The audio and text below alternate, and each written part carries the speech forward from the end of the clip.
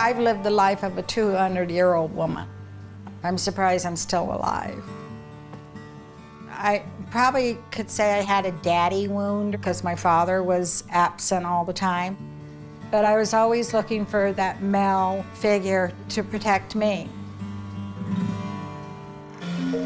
It's 1968, and Wendy Mazaris is 13 years old, running wild in rural Nevada.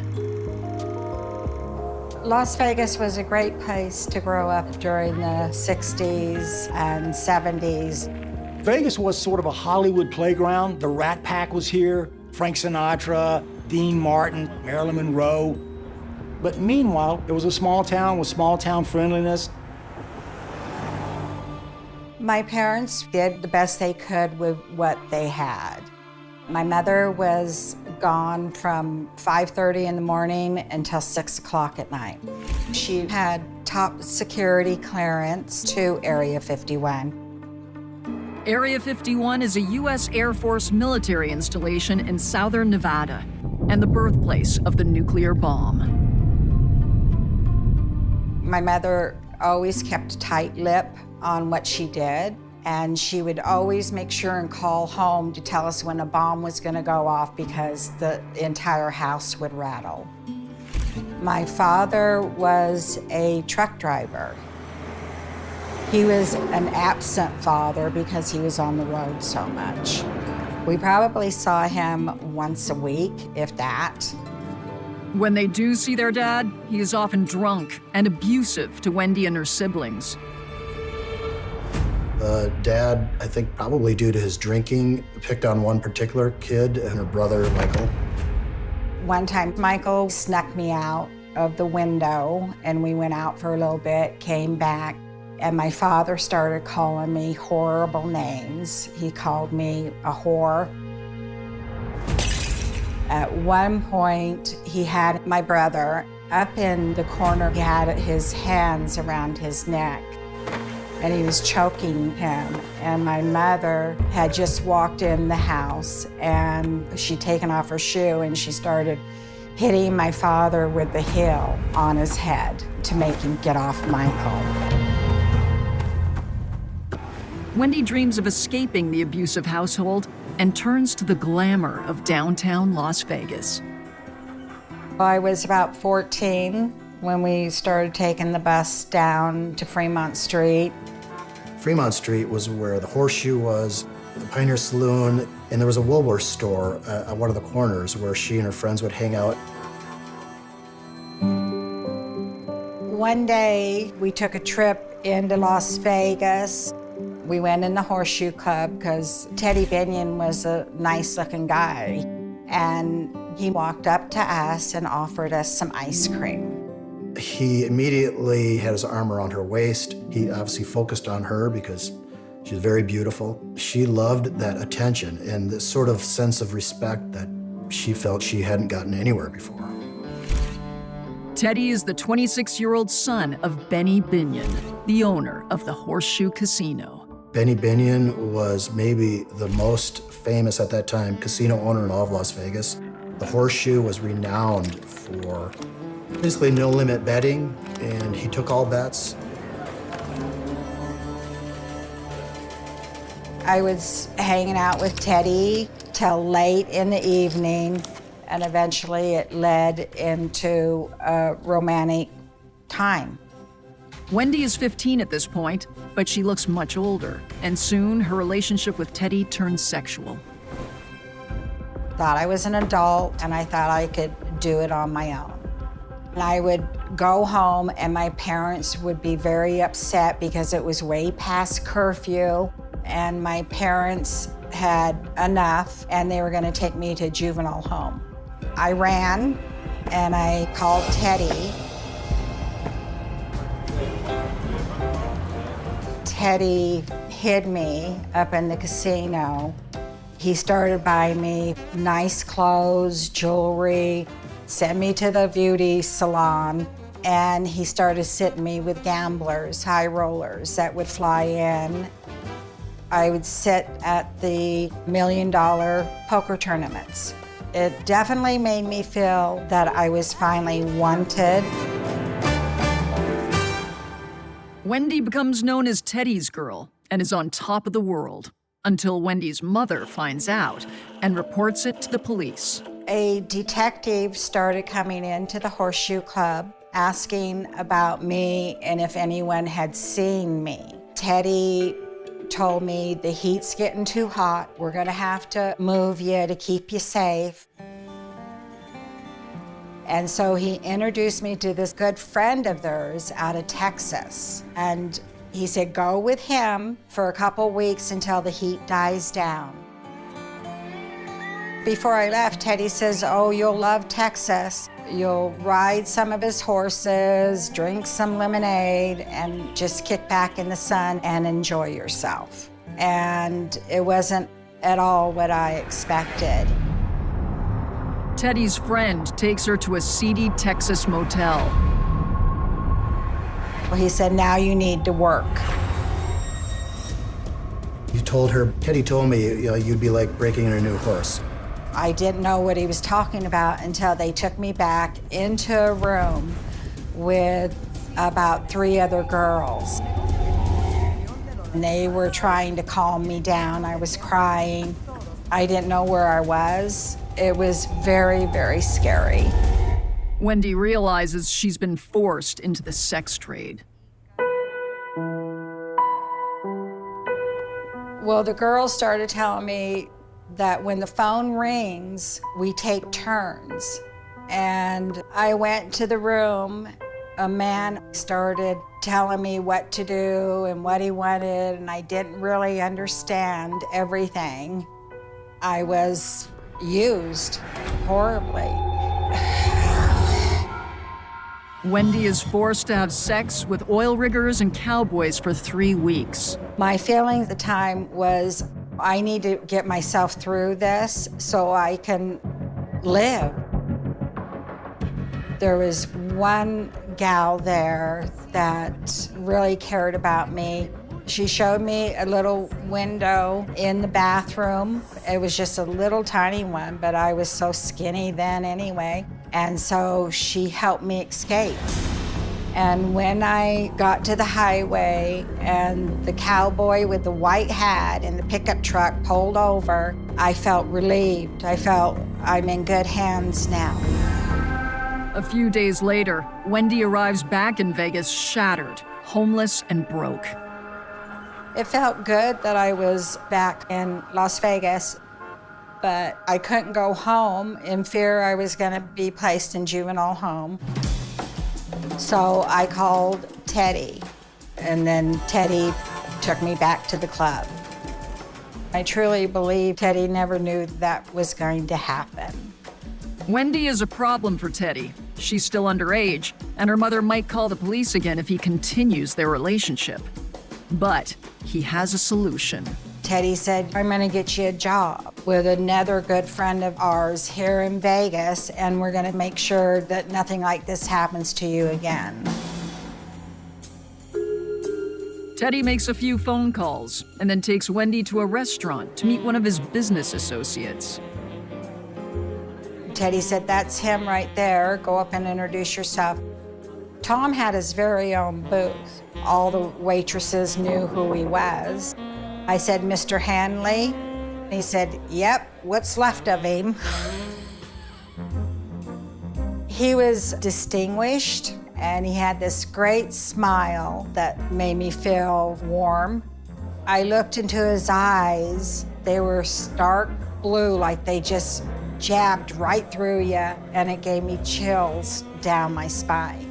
He was a nice older gentleman. Tom is the owner of an air conditioning company and also does work for the culinary union that represents Las Vegas workers. We sat down and talked a little bit. People in the restaurant treated him with utmost respect, and that impressed me. He started telling me he needed a receptionist to just answer the phone, no pressure, no nothing. So I said, I can do that, that's great. Could have been a little job, but it still made me feel good about myself. Teddy did ask him, now she's gonna be in good hands, right, Tom? Tom said, of course she will. And that began her relationship with one of the most notorious hitmen in Las Vegas history. Wendy Mazzares is thankful for her new job with businessman Tom Hanley, who has taken her under his protective wing.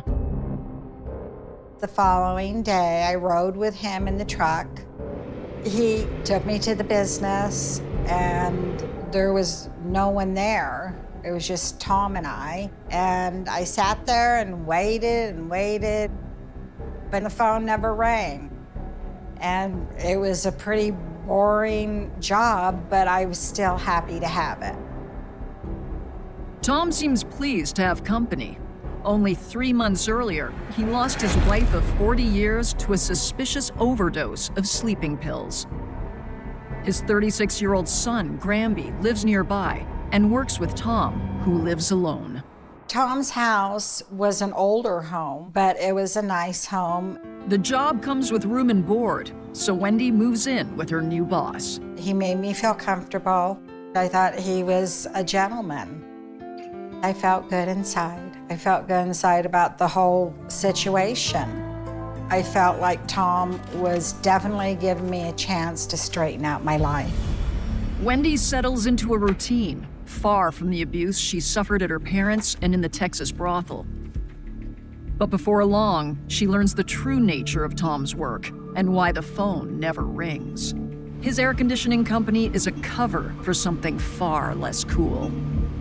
One day, Tom took me to a restaurant on Maryland Parkway, which everyone in Vegas knew the gangsters hung out. And when we left, I said, "What are you doing in a restaurant like that?" He says, "I work for the mob." I was floored. I really didn't know what to say because one minute he has the air conditioning business and the next minute he's working for the mob. Tom Hanley's connection to the culinary union and to mobsters made him a powerful force in Las Vegas. A feared force, actually, more than respected. And suddenly it started making sense why Tony Spilotro would show up at our home. Tony Spilotro, people will know basically as Joe Pesci from the movie Casino. Go get my money or I'll put your brain to sleep. He was considered like an enforcer. People feared him for that. Tom's son Granby works with Tony Spilotro in the infamous hole-in-the-wall gang, burglarizing jewelry stores. Granby was a heroin addict. He was just very unpredictable and scary.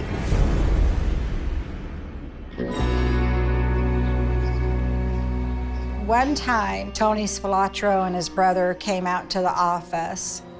They wanted something from Tom. And Tom said, "You want something? Here's something, you little." And he started shooting at Tony and his brother's feet and telling them to dance. And then they turned around and ran to their car, screaming at Tom, "You crazy old man, you crazy old man." Wendy realizes that even violent mobsters are fearful of Tom. And while she is under his protection, no one will ever mess with her again. Tom made me feel very stable. He had a knack for that. He gave me lots of pretty jewelry. One day he asked if he could kiss me, and then it just went from there.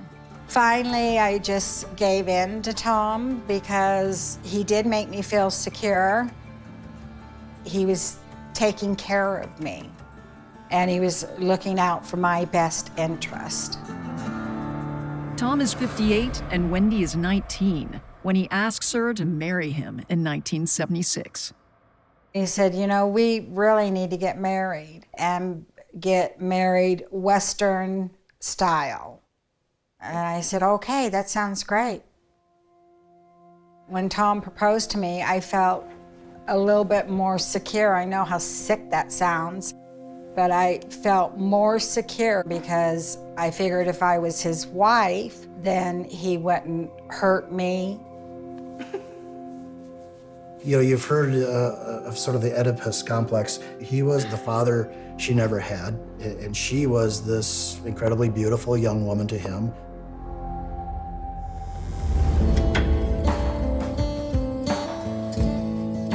We went and got a marriage license down in Las Vegas. We went to a ranch in Colorado. Wendy is not on great terms with her family, and none of them are invited to the wedding. He had some clergymen come in, and I was dressed in a red square dancing outfit, and he was dressed in his Western attire. We said our vows, and we were married. It was nice.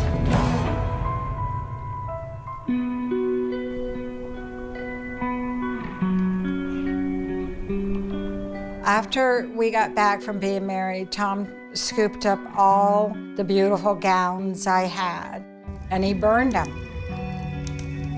An overwhelming feeling came over me that, wow, maybe he does care, maybe he's doing it for a reason. Maybe that life that I was living prior, I'll never go back to. But this was not done with good intentions. In fact, this is the first sign that Tom will not be Wendy's protector, but her new controller. I had left to go up to meet an old friend, and he had followed me. When I got back, I walked through the front door, and he was there with his fist clenched, and he was shaking, screaming, "Where have you been? I'm gonna knock your head off if you don't tell me the truth." That was one of the first times that I saw Tom in such a fit of rage. I felt, this guy's really gonna kill me. He's really going to kill me. It just terrified me. She couldn't really have friends because he didn't want her talking to anybody about anything that happened. After that, he never let me out of his sight. I was always with him, or I was with someone he knew. Tension escalates one day when Wendy notices some jewelry Tom has given her is missing. Tom's son Granby, the jewel thief, is her first suspect. I stormed out of the house, walked over to Granby's, knocked on the door. I said, "Where's my jewelry? I know you took it." He said, "I don't know what you're talking about." And I said, "I'm gonna call the cops." And that was the worst thing I could have said. He was going to kill me right then and there. And he jumped on top of me, and he was literally strangling me. I was going in and out, and I couldn't breathe. I thought I was dead. And the next thing I knew, Tom was there knocking Granby off of me.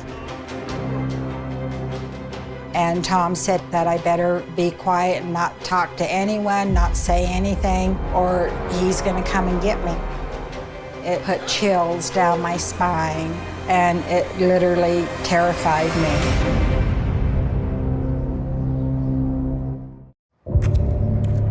Wendy Mazaris's marriage to Las Vegas mobster Tom Hanley has become an exercise in survival.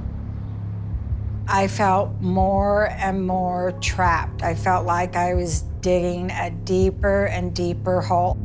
And Wendy's ties to Tom are about to be made deeper.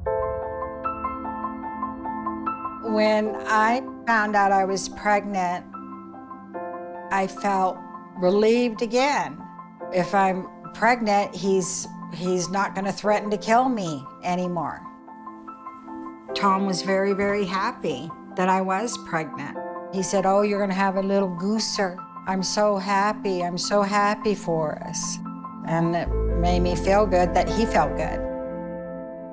But Wendy is reminded that no one is safe from Tom, not even the mother of his child, when she stumbles on a keepsake from his past. I was rearranging Tom's suits, and I found this note. It was his first wife's suicide note. Officially, Tom's first wife died from an overdose of sleeping pills. But does this note tell another story? Wendy's gut reaction is to give the note to Tom, but she immediately regrets this. Tom sat me down and said, "Now you're gonna write yours." And I said, "Why are you having me do this?" He said, "Just write it." And so he told me what to say. "Sorry, Tom, I can't go on anymore. make sure our little gooser is well taken care of. What was going through my head at the time was, wow. I immediately went into survival mode again. I felt extremely insecure. What kind of psychotic person does that who has his wife write a suicide note? The suicide note was used to keep me under control. I was like his prisoner, and I would always have it in the back of my head that he has that suicide note. He can kill me at any minute. In the winter of 1976, Wendy gives birth to a baby girl they name Amy. I thought having a daughter, he would change a little bit, but he didn't. Tom started going to the deep end then. He started acting out, started just walking around like no one could touch him, started being mean to the people that he was around. We were at the Safeway store shopping. We were up at the cash register. Some guy had let me in because I had a new baby. He said, please go first. Tom took that completely wrong, pulled out his gun, stuck it to the guy's head, and said, don't talk to my wife. And the next thing I knew, we were running out of the store with this little baby. Tom is quickly arrested and taken to the station, while police conduct a search at the house. One detective said, are there any more guns in the house?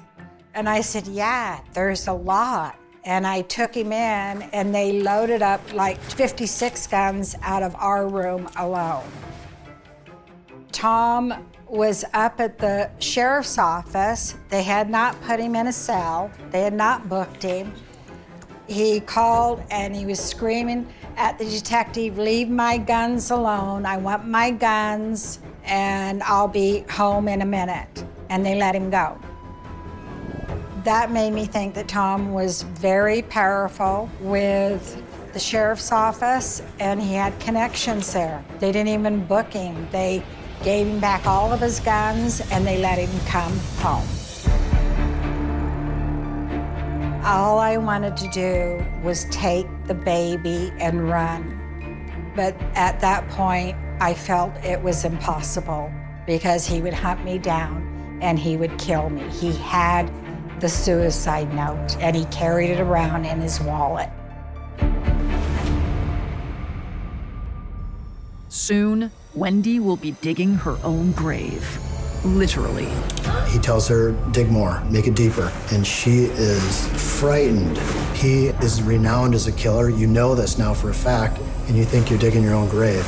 What else could she think other than he's gonna put bullets in the back of her head?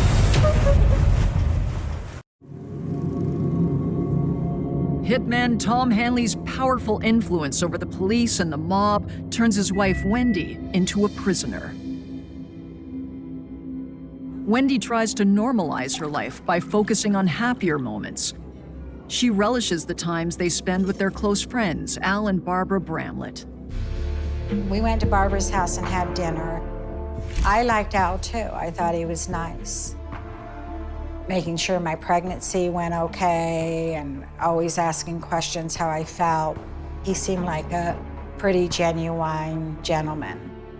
Al is the head of the Culinary Union, and its members are 25,000 strong. Al Bramlett was the top person for Culinary 226. It's the most powerful union in Las Vegas, representing casino workers. He also uses that position to exert enormous influence and power to enrich himself and also to inflict violence on people who didn't bow to his will.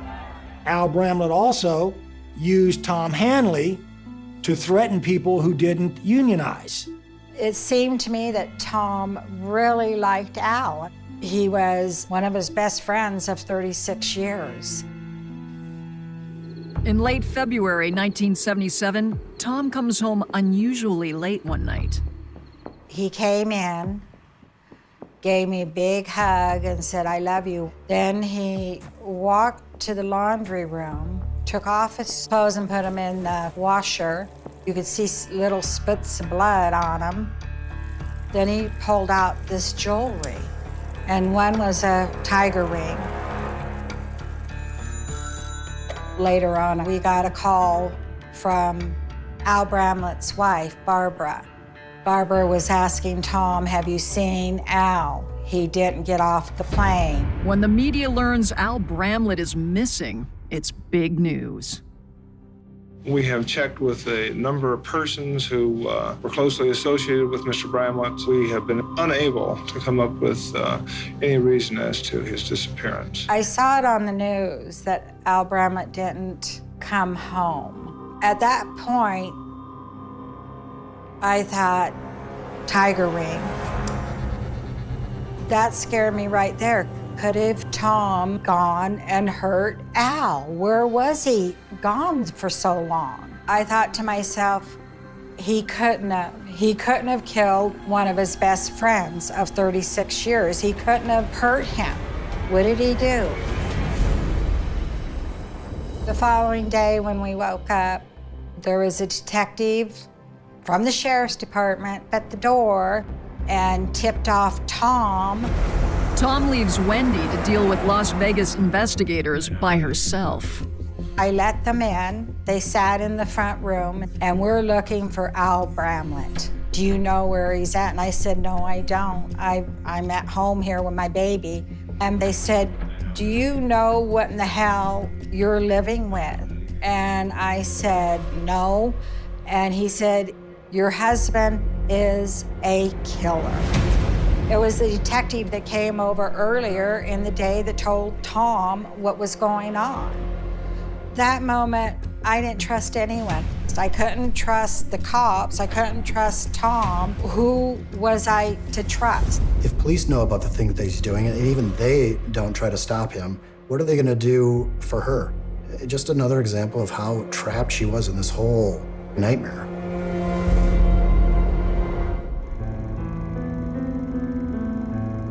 Tom turned up at home, and I told him about all the police, and Tom just said, oh, he'll show up, don't worry. And then we started getting calls from Benny Binion, calls from other union leaders. I mean, that's the first time I've ever seen the phone ring off the hook. Over the next 2 weeks, the police question Tom multiple times, but he continues to deny any involvement. I thought they were protecting Tom. They're surely not asking him where Al Bramlett is. That's what kind of mindset I was in.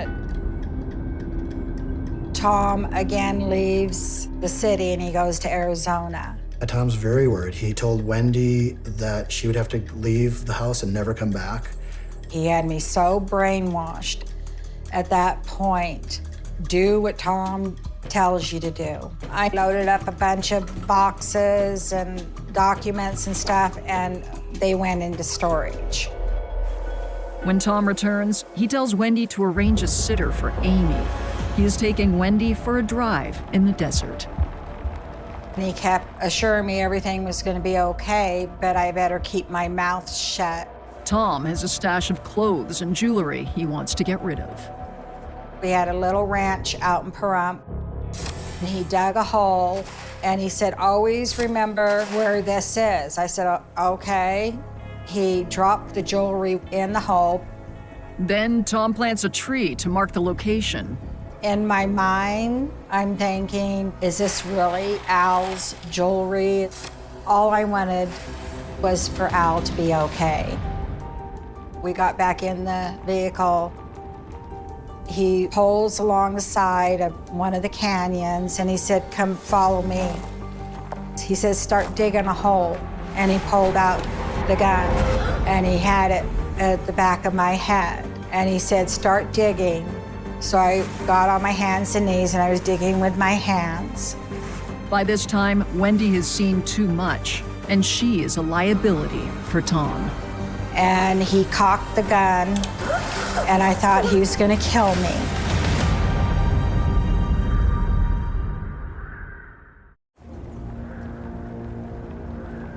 Tom Hanley is about to pull the trigger on his wife, Wendy Mazaris. I started begging him, please, let me be with our daughter. She needs a mother. She needs a father. Please let me be with my daughter. And he let me up.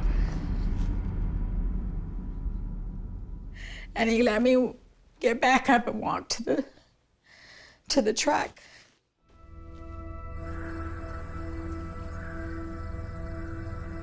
He turned to me and he said, you're probably right. Amy does need someone to be with her. And then we just started driving. All I could think to myself is the clothes that he had put in the hole smelled like Al Bramlett.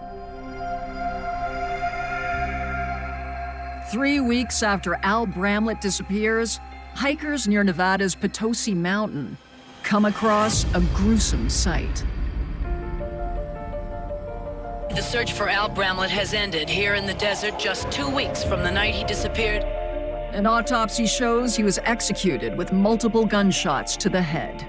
My heart sunk because I always in the back of my mind thought that Al was just going to show up, that maybe they had him tied up somewhere or something and everything was going to be okay, but it wasn't. He was gone.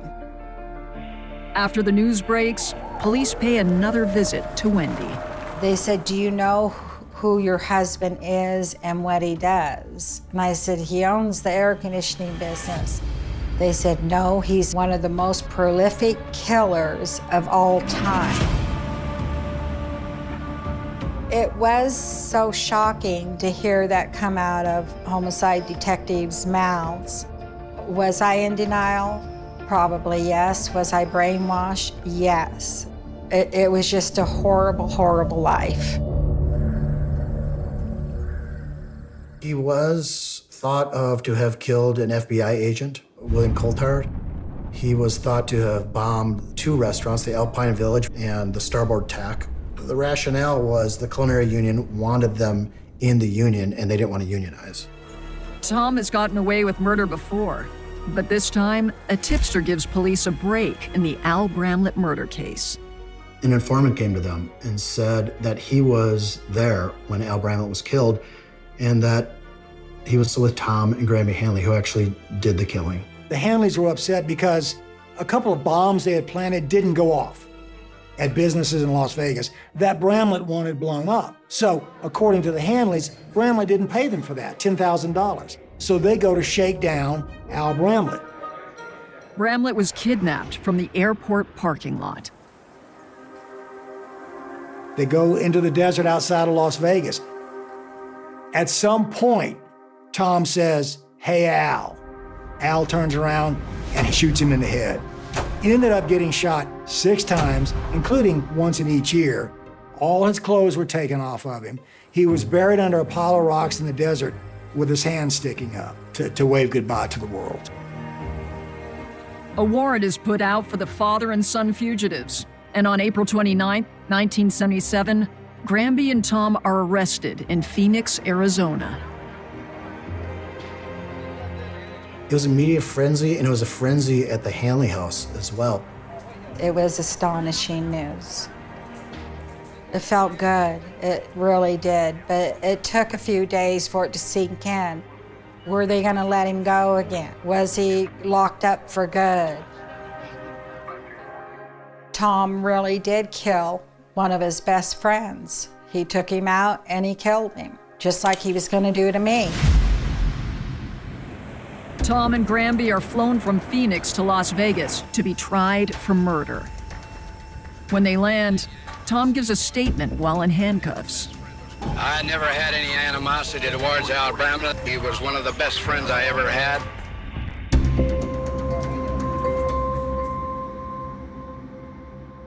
After Tom's arrest, a mobster friend convinces Wendy to tell him what she knows. I went out to the little ranch in Pahrump and I pointed to the tree that Tom had dug and buried. Underneath the tree, they find Al Bramlett's jewelry. And then everything just went crazy. A helicopter came down. All kinds of police came from everywhere. We were pulled over, and the homicide detective said, "You're under arrest, baby." I did not realize that he was an informant and working undercover with the police. I'm thinking, I didn't kill anyone, I didn't do anything. Wendy is charged with receiving stolen property and for murder. When you're charged with such a substantial charge like that, your whole life flashes ahead of you. And then on one day, workers in the jail stopped the elevator, and then they pulled Tom in there in the elevator with me. And then he started telling me, "Don't you say anything, everything's gonna be all right." So he had connections all the way inside the jail too. There was never any escape because the environment that I lived in with Tom, all of his problems came on me. That's what happens when you live with somebody like that. You get blamed too. How do I get rid of this guy? He's still gonna haunt me. He still knows people. He's gonna hurt me one way or another. I went to court and the charge was reduced to accessory to murder. And eventually the charge was dropped. I still had to do a year probation, but I felt a tremendous relief when they knew I didn't have anything to do with it.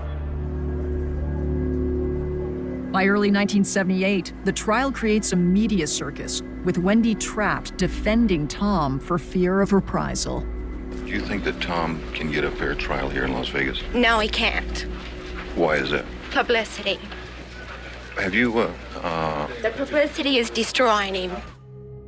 On March 2nd, 1978, Tom and Granby plead guilty to the murder of Al Bramlett and the restaurant bombings. They are sentenced to life without parole. He was found guilty, and just a big sigh of relief came over me again. If Tom would have walked out of that courtroom a free man, there would have been a lot of people dead. A lot of people. In return for them giving information on the mob, Tom and Granby are placed into witness protection within the prison system.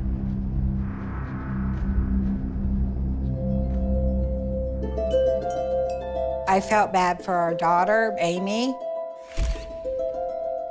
I was able to disassociate myself with him and stand back and see everything he put me through. After the trial, Wendy moves to California and attends college to try and start a normal life. She is only 22 years old.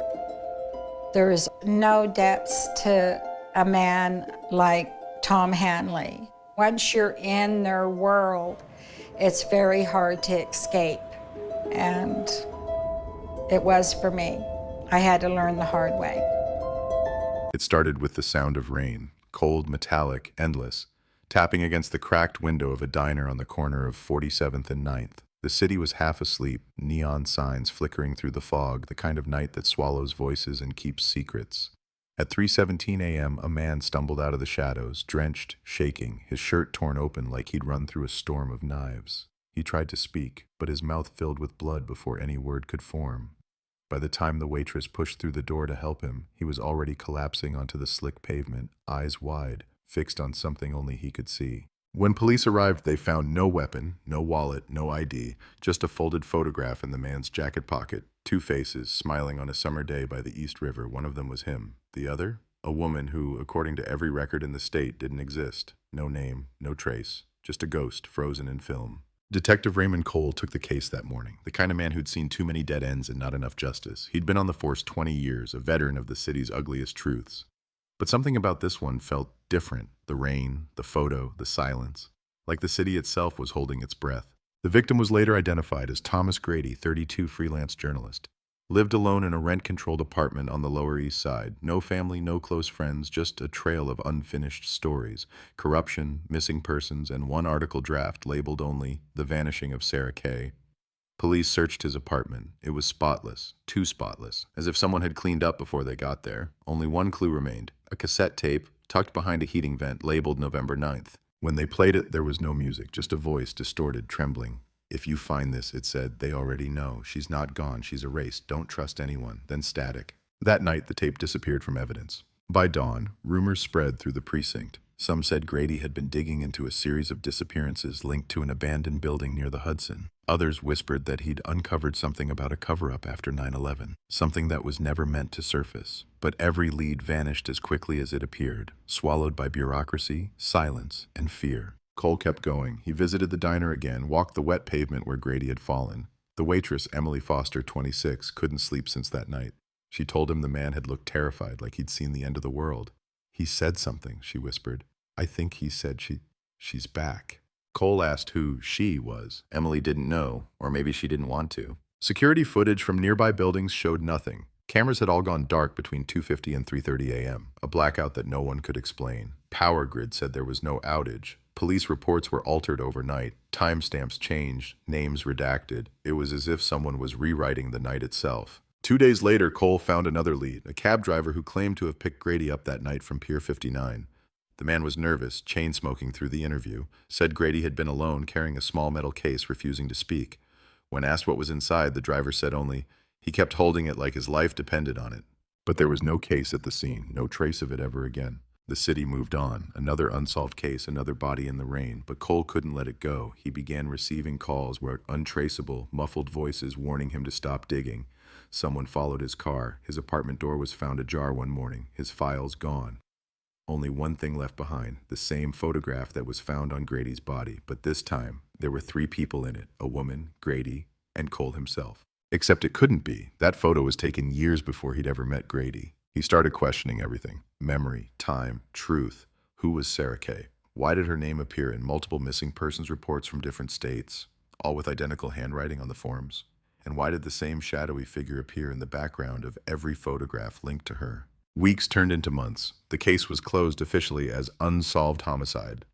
Cole was reassigned, demoted quietly, told to take time off. But he couldn't sleep. Every night he heard the same sound in his head, the static from that cassette tape, the voice saying, "She's not gone, she's erased." Then in 2005, everything changed. A maintenance worker cleaning out an old storage unit beneath the Manhattan Bridge found something sealed inside a rusted locker. A metal case covered in dust and labeled Grady. Inside, the missing tape recorder, a stack of photographs, and a single newspaper clipping dated November 10th, 2001. The headline read, "Woman missing after Midtown explosion. Police say no evidence of foul play." The photo was of Sarah Kay. Cole returned to the case unofficially. But the evidence locker where the new materials were stored burned down 3 weeks later in a faulty wiring accident. Only one item survived the fire. The cassette melted around the edges but still playable. Cole listened. The same voice, Grady's, shaking, but this time there was more. A second voice in the background. A woman's voice, whispering, "He knows." Then the tape cut out. From there, nothing was the same. Cole's reports vanished from archives. His badge number no longer existed in the department's system. When he confronted internal affairs, they told him there was never a Detective Raymond Cole on record. And just like that, another life erased. Years passed. The city changed. But every now and then, someone in Manhattan would swear they saw him, the old detective, standing near the Hudson in the rain, staring out at the water, as if waiting for someone to return. Then, 2 decades later, in 2021, DNA from a sealed envelope found in an unrelated burglary matched blood from the original 2001 crime scene. The system lit up. A hit. A name that no one expected. A name that had been erased from every database. Sarah Kessler. But Sarah Kessler had been declared legally dead since 2002. And that's where it begins again. The city that never forgets, haunted by a case it tried so hard to bury. Somewhere in the static of time, a voice still whispers through the rain, "She's not gone. She's erased." They said the DNA hit was a clerical error, a glitch in the system, but Detective Cole, if that's still what he was, knew better. He'd seen too much vanish behind the word error.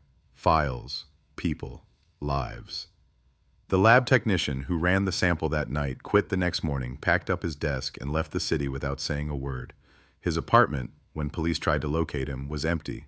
Rent paid 6 months in advance, no forwarding address. Just one thing left on the kitchen counter, a photograph. The same photograph, Grady, Sarah Kessler, and Cole. 3 faces locked in time. 3 ghosts in a loop. Cole drove back to the diner where it all began. 20 years had passed, but the neon sign still buzzed weakly in the fog. Same corner, same rain. Emily Foster was gone. Moved upstate, they said, after a nervous breakdown. The new waitress didn't know the story, didn't care. The past didn't matter anymore in a city that reinvented itself every morning. But for Cole, it was still 3:17 a.m. in his head, the night everything broke. He ordered coffee, black, no sugar. The cup trembled slightly as he set it down. On the wall above the counter hung an old TV, muted, showing a news report about a new DNA archive project, one designed to reopen cold cases from the early 2000s.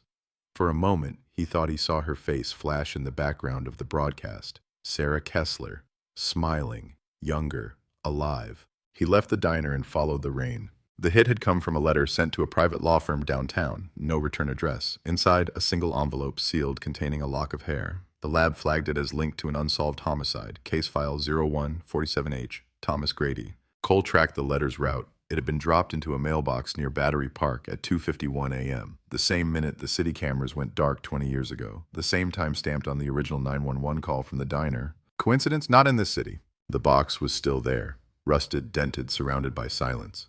Cole stared at it, tracing the faint bullet mark along its side. He remembered the chaos that followed 9/11, how easy it had been for people to vanish in the noise, how many files were buried under classified. Maybe Grady's story had brushed too close to something the government never wanted found. Maybe Sarah wasn't the victim, maybe she was the reason. The next day, Cole received an envelope slid under his apartment door. No stamp, no name. Inside, a key, old, brass, engraved with the number 47, and a note, Pier 47, midnight, come alone. He didn't hesitate. The Hudson was black glass that night, reflecting the skyline in broken pieces. The pier was long abandoned, crates, rope, the faint smell of diesel. Cole waited under the flickering floodlight. Midnight came and went. Then he heard it, a sound like footsteps scraping against metal. He turned. Nothing. Then again, closer this time. Out of the dark stepped a woman, hooded, barely breathing. Her voice was low, trembling. You shouldn't have come back. He froze, the shape of her jaw, the way her hand trembled. He knew it before she said her name. Sarah. She looked older, not dead, not erased, just running. Cole stepped forward, but she raised her hand. They're still watching, she said. You think this case went cold? It never went cold. It was buried. He asked why Grady died. She hesitated. He was supposed to stop digging. He didn't. I told him to burn everything, but he mailed the case file to you instead. They thought I did it. They made me disappear. Cole's voice was barely a whisper. Who are they? Sarah's eyes flicked toward the skyline, toward the blinking red light on top of a distant tower. The ones who clean history, she said. The ones who decide what never happened. She reached into her coat, pulled out a small object wrapped in cloth. This was in the case Grady carried. Inside, a single cassette tape, not the one from the evidence room, a different one labeled Echo 2. Play it, she said, but not here. Before he could respond, headlights cut through the fog. 2 black SUVs, doors opening. Sarah backed away. If they find me, it's over. She ran toward the end of the pier, vanishing into the rain. Cole tried to follow, but the beam of a flashlight froze him in place. Detective Cole, a voice barked. Step away. When he looked again, she was gone. By morning, the pier was taped off. Unauthorized presence, the officer said, but there was no record of any SUV, no camera footage, no witnesses. Cole was taken in for questioning, then released without explanation. Someone higher up had made a call. He drove straight to his old precinct. It wasn't there anymore. The building had been converted into a private research lab funded by something called Aurelia Systems. No one inside had ever heard of case file 0147H. He checked the city records. Aurelia didn't exist before 2002, founded weeks after Grady's death, registered under a single name, Sarah Kessler. The world tilted. That night, in his apartment, Cole played the tape. The audio was warped, faint, distant, like voices trapped underwater. At first, just static, then Grady's voice again. They're in the system. They're rewriting it. Every file, every name. When this gets out, they'll come for us. Tell Sarah to run. Then silence. Then a faint clicking sound, like a typewriter. Then the same woman's voice again. He's listening. Cole stopped the tape. The sound didn't stop. The static kept hissing softly through the speaker even after the recorder was unplugged. He threw it into the sink, poured water over it, but the noise grew louder, pulsing, mechanical, almost rhythmic. Then his phone buzzed, a new voicemail, unknown number. When he played it, all he heard was his own voice saying, "She's not gone, she's erased." He didn't sleep that night. The city outside felt wrong, too quiet, too synchronized. Every traffic light turning green at the same moment, every clock blinking 2:51, the hour the cameras died. He drove to Pier 47 again, but the pier was gone, demolished overnight. The area fenced off, workers denying it had ever existed. He found a single fragment of metal among the rubble. The same key, number 47, bent and burnt. Cole began to keep notes, every pattern, every date, every repetition. He discovered something horrifying. Every year, on November 9th, someone in Manhattan went missing. Always around the same time, always near water, always with no trace. He made a list. 2001, Thomas Grady. 2002, unknown female, age 28. 2003, dock worker, 41. 2004, student, 19, year after year. All filed under unsolved. And every report signed by the same supervisor, Lieutenant Sarah Kessler. The dead woman who never died. Cole stared at the paper, hands shaking. Somewhere between the ink and the static, between life and erasure, truth was bleeding through. He realized what the voice on the tape meant. She's not gone wasn't a warning, it was a confession. Sarah wasn't the victim, she was the architect. But why send the DNA? Why surface now, after 20 years? Unless the case was never meant to be solved, it was meant to restart. Cole's reflection in the window blurred as rain hit the glass. Behind him, the tape recorder clicked again on its own. Then faintly, Sarah's voice whispered through the static. "Welcome back, detective. It's time to finish what we started." The city's lights flickered. The sound of typewriter keys echoed faintly from nowhere. And somewhere deep in the grid, a new file opened. Case file 0147H. Reinstated. The rain never really stopped in New York. It just changed rhythm, fell softer like a ticking clock counting down. Cole sat in his car outside the Aurelia Systems building, watching the lights flicker across the glass facade. It was 3 a.m, but the top floor was still awake. Someone was inside. Someone who never slept. He had been following their movements for weeks. Trucks arriving at night, unmarked crates hauled in under security lights.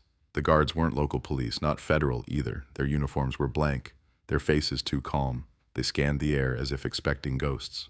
Cole lit a cigarette and opened his notebook. Every line was a fragment, an echo of something larger. November 9th, Sarah, Grady, erased. Aurelia, 2:51 a.m.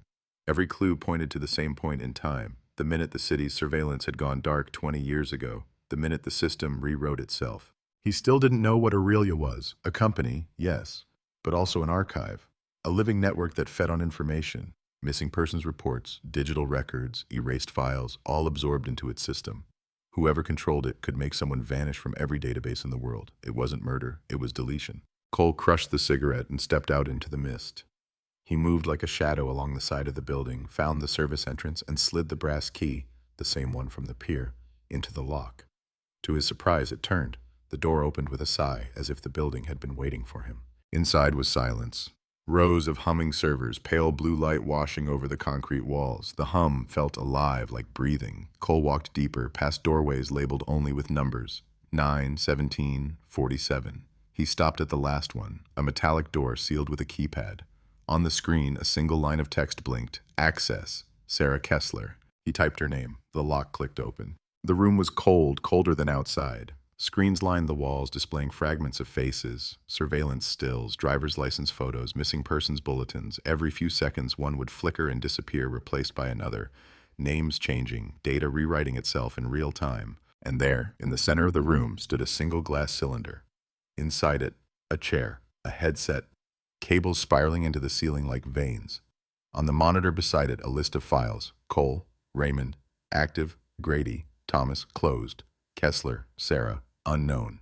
He took a step closer. The monitor shifted. New words appeared. Welcome back. Cole froze. The air seemed to tighten around him. Then a voice. Calm, female, unmistakable. You shouldn't have come here. He turned. Sarah stood in the doorway, no longer hiding, no longer afraid. Her face was pale in the glow, her eyes calm, detached. She didn't look like someone running anymore. She looked like someone in control. What is this? He asked. She didn't answer. She just looked at the chair. This is where they kept me. Her hand brushed the glass. After the explosion in 2001, they said I was dead. But I wasn't. I was in here. They called it preservation, like a test for something bigger. A system that could store consciousness as data. Aurelia was supposed to save people, but then they turned it into something else. She looked at him. You remember the blackout? That wasn't an accident. It was the first upload. They transferred 37 people into the archive that night. And Grady, he found out. Cole's voice cracked. He thought you were a victim. I was, she said softly, until I learned how to use what they built. She turned to the console and typed a command. The screen shifted, showing file names streaming faster and faster. People, cases, years. I've been trying to undo it. Every November 9th, I take one person back out. I try to restore what was erased. But they keep rebuilding the code.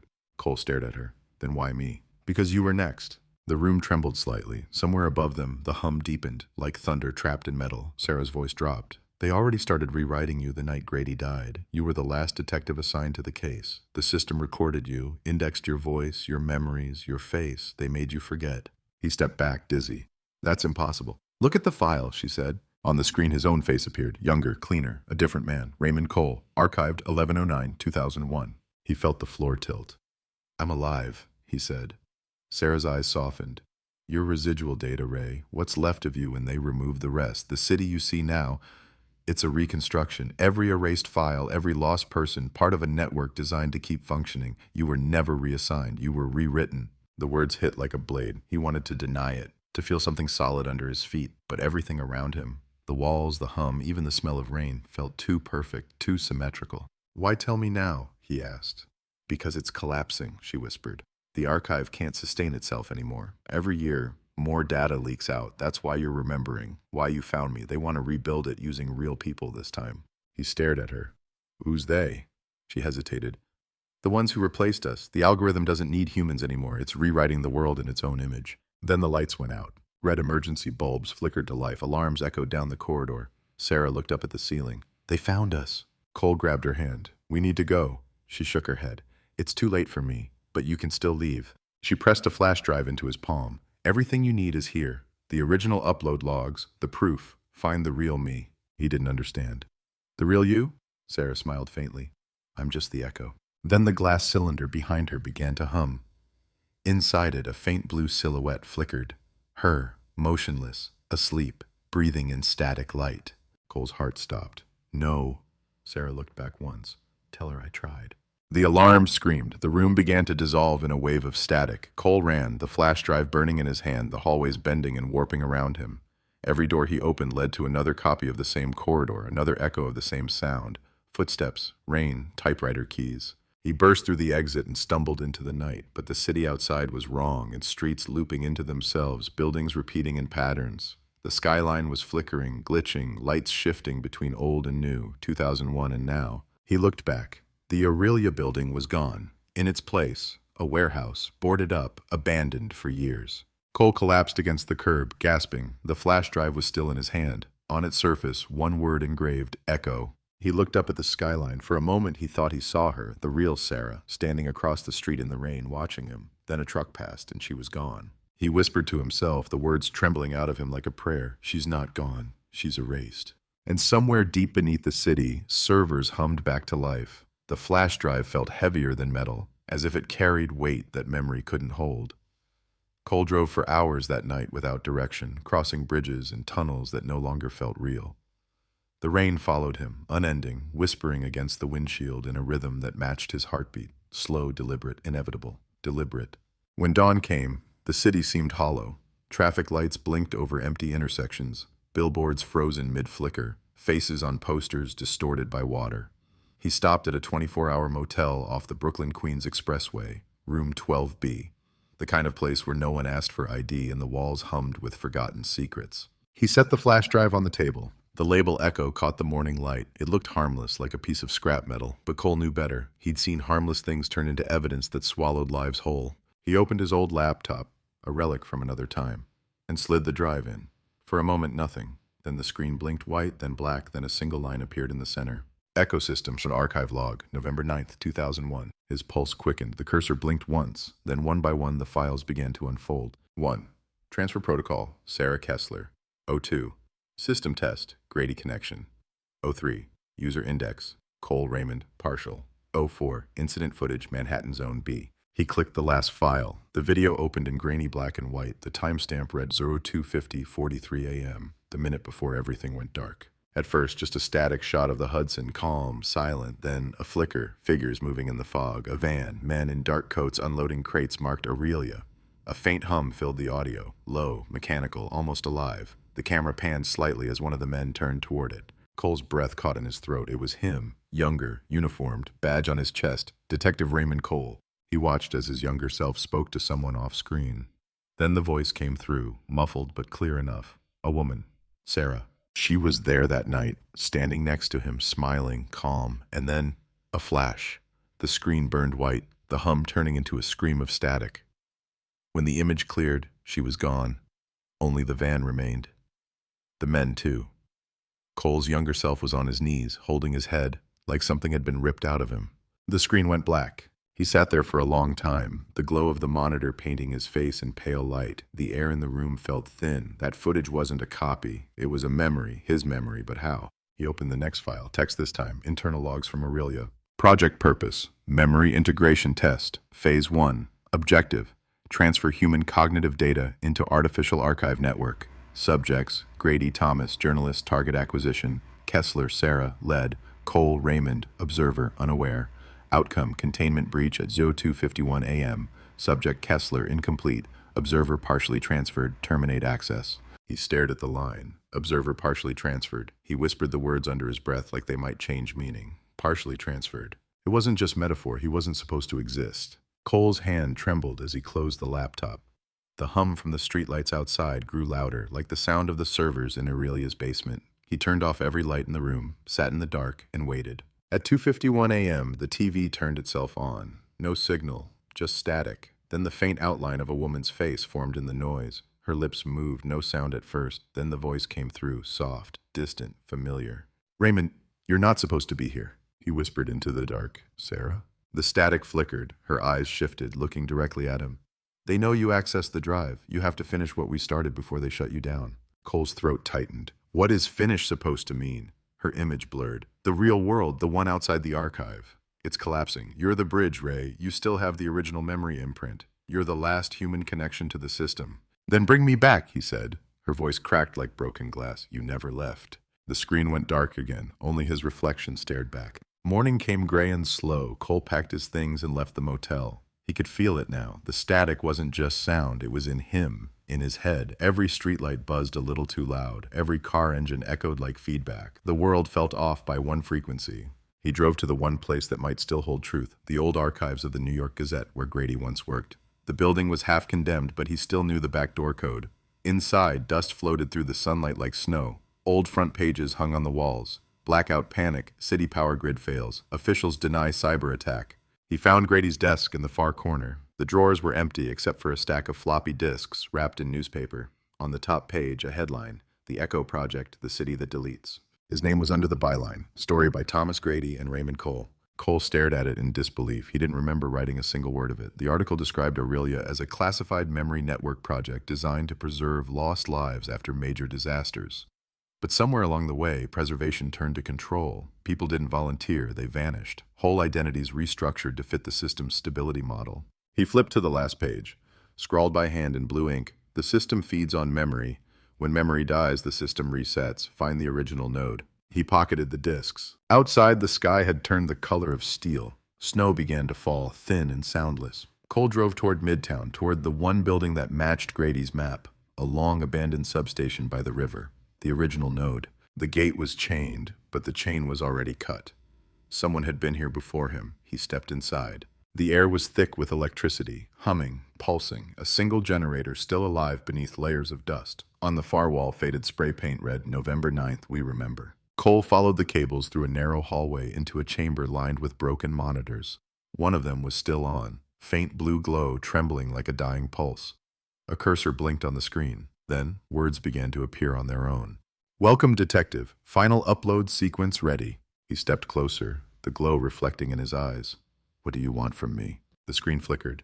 "Not from you, through you." And then he heard it again.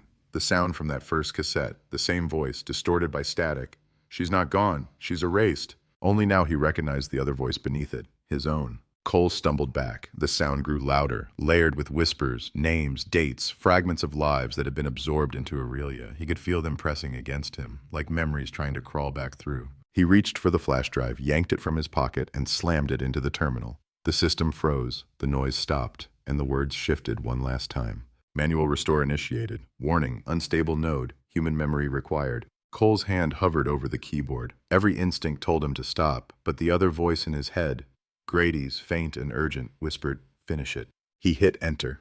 The lights exploded in a storm of white. The screens filled with faces, hundreds of them, flickering in and out. Sarah, Grady, the waitress, the cab driver, everyone connected to the case. Their voices merged into one long exhale, and for a split second he saw himself among them, younger, alive, smiling. Then the entire system went dark. Cole opened his eyes to silence. The hum was gone. The rain was gone. Outside, the sky was clear for the first time in 20 years. He looked down. The flash drive had melted into his palm. Somewhere, deep below the river, the archive had collapsed, taking Aurelia with it. And in the stillness of the morning, the city breathed again. But when Cole passed a shop window, his reflection didn't follow. The glass gave him nothing back. Where a face should have been, there was only the city. Morning sun catching on damp asphalt, a river of steam rising from the grates, the ghost of sirens fading into distance. Cole lifted a hand and the window did not answer. He felt the air move, saw the dust stir, heard the sleeve rasp his jacket, and yet the pain remained a sheet of world without him. For a second, his stomach dropped, a free fall through a shaft of thought with no bottom. Then the feeling settled into the kind of calm that comes after a gunshot, when the noise is over and the ruin is counting itself. He stepped away, and the reflection caught briefly, a smear of silhouette that tore like wet paper and was gone. Cold case, the headline voice in his skull whispered, the same cadence he'd carried for years. Unsolved identity, detective missing in plain sight. He didn't smile. The city had never loved jokes. He walked, no aim, just movement, feet learning the pavement all over again. Without the hum, New York sounded uncluttered, almost fragile. Birds existed again. Leaves ticked against brownstones like fingernails against a door. People spoke in ordinary tones as if the weather had finally broken. The collapse had done something to the air. The buzz, those endless, layered frequencies that had crawled under the skin, were quiet. He could hear the little things, coins clinking, a bus releasing its breath, someone laughing 2 blocks over. It felt like after a blackout when candles were still going and every story on the street had time to tell itself.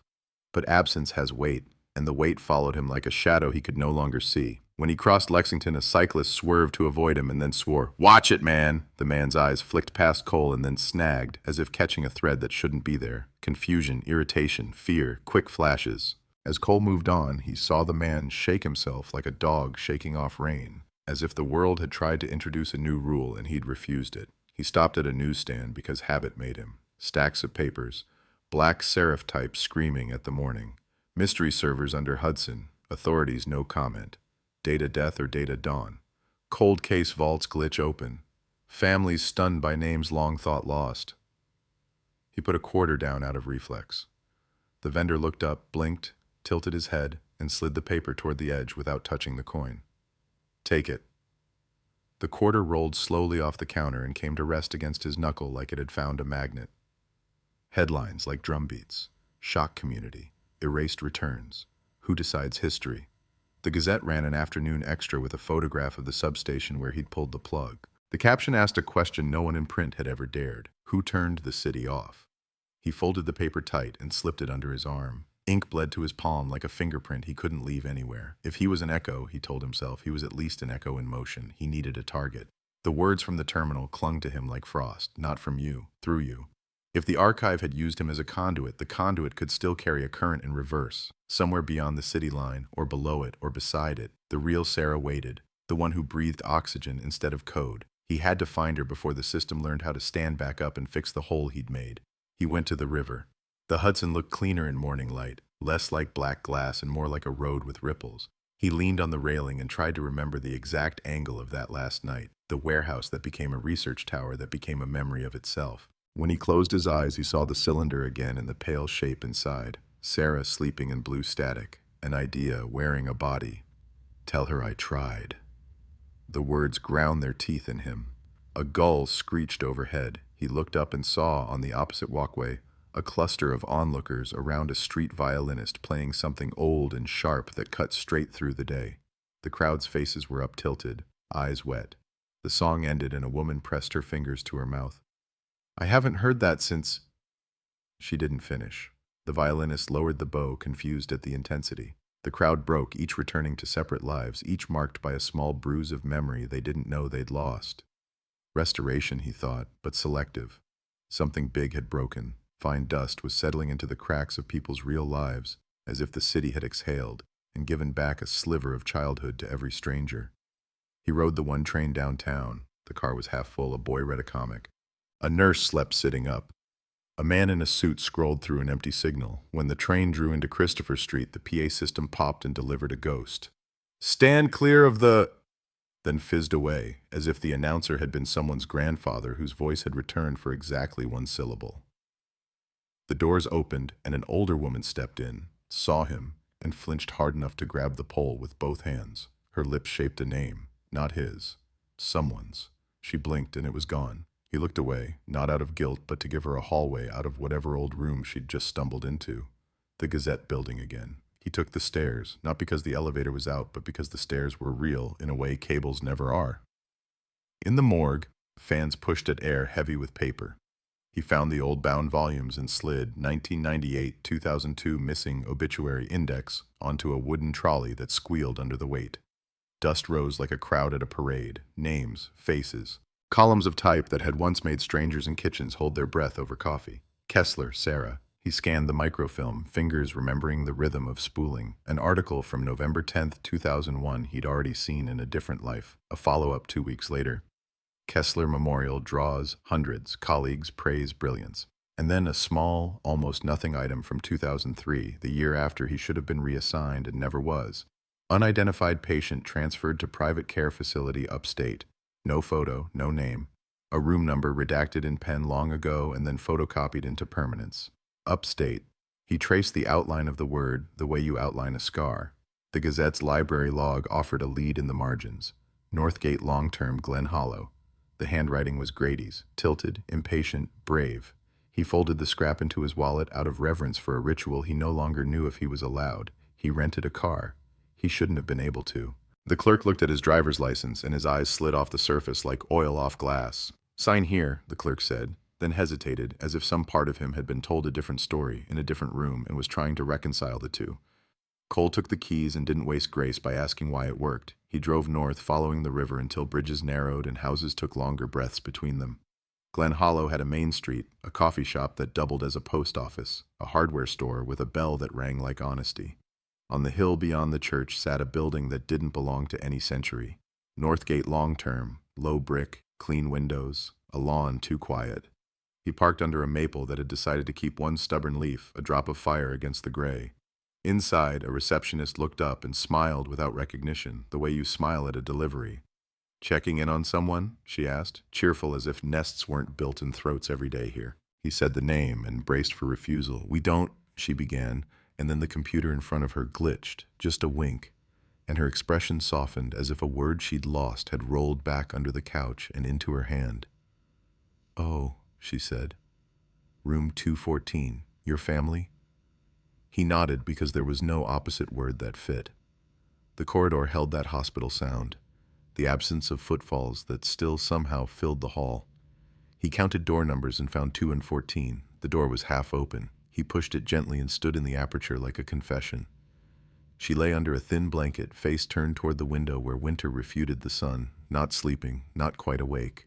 If someone had described her to him in measurements, he would have said he didn't know her, but something in the tilt of her mouth and the patient severity of her brow was the same as the woman in the glass cylinder, the woman on the pier, the woman in the crowd that never was. Real.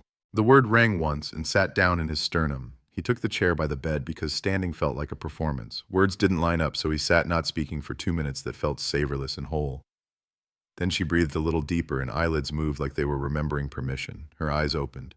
They were not the eyes of an idea. They were brown and slightly bloodshot, and they held the ordinary astonishment of waking up in the middle of a life.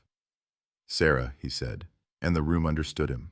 Her gaze slid across the ceiling, found him, didn't yet name him. The half-second before recognition felt like the longest interval any clock had ever tried to cross. Then her focus tightened, her lips parted. She said his name not like a sound, but like a door opening. "Ray." He exhaled the year 2001 out of his bones. "You look different," she said, voice ragged with disuse and unafraid of it. "Like a photo of you got left in the rain." He laughed once because a laugh was what his body did when it couldn't cry and didn't want to show off. "You're here," he said, as if that settled an argument he'd been losing since the city was invented. "I've been here," she said, and her hand twitched against the sheet. He didn't touch it. He learned something long ago about the holiness of asking. "They told me I dreamed the river," she whispered. "I told them the river dreamed me." He told her about the substation, the drive, the terminal that wanted him as a wire. He told her the hum was gone. He told her people in the city were hearing music again that nobody played for 20 years. You did it, he said, like a verdict with mercy. She shook her head slowly. We did something. The rest will call it names until one of the names fits. She blinked. Do they know?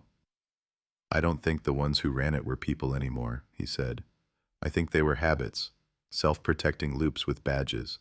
She smiled, tired, impressed, sad. That's the most New York sentence anyone's ever said. Footsteps passed in the hall. A cart squeaked. Somewhere a TV played a clip of talk show applause with the sound turned down. He told her the world felt lighter. He didn't tell her about the window that refused his face. She studied him as if light were writing on him in a faint script. You're quieter, she said at last. Not less, just farther from the edge. He sat with that. I don't know what I am when nobody looks, he said. I might be more signal than skin. The honesty tasted right in his mouth. She nodded. You were the bridge. Bridges don't ask if they're cars.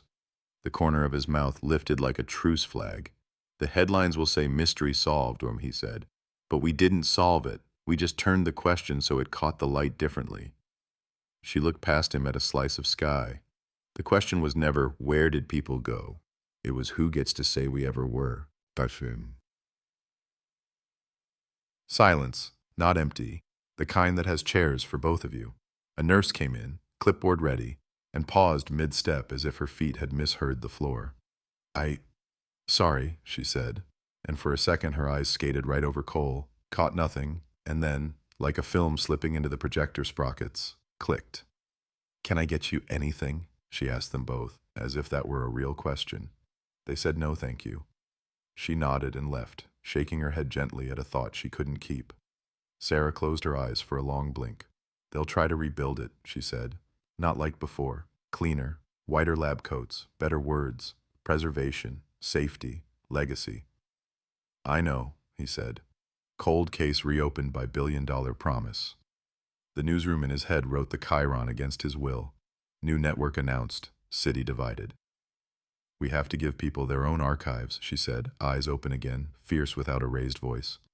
Paper, stories, witnesses that don't fit neatly on servers.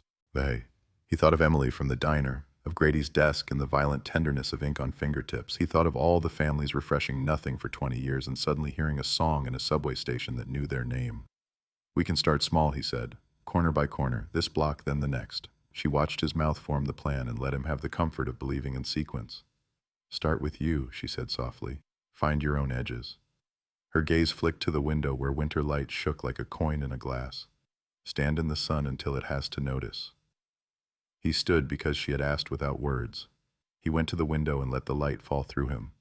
For a heartbeat, he saw himself in the faintest of outlines, like pencil under watercolor. He held very still. His outline held. It was enough. When he turned back, she was looking at his chest, at the pocket where the melted flash drive had scarred his jacket into a stiff, dark flower.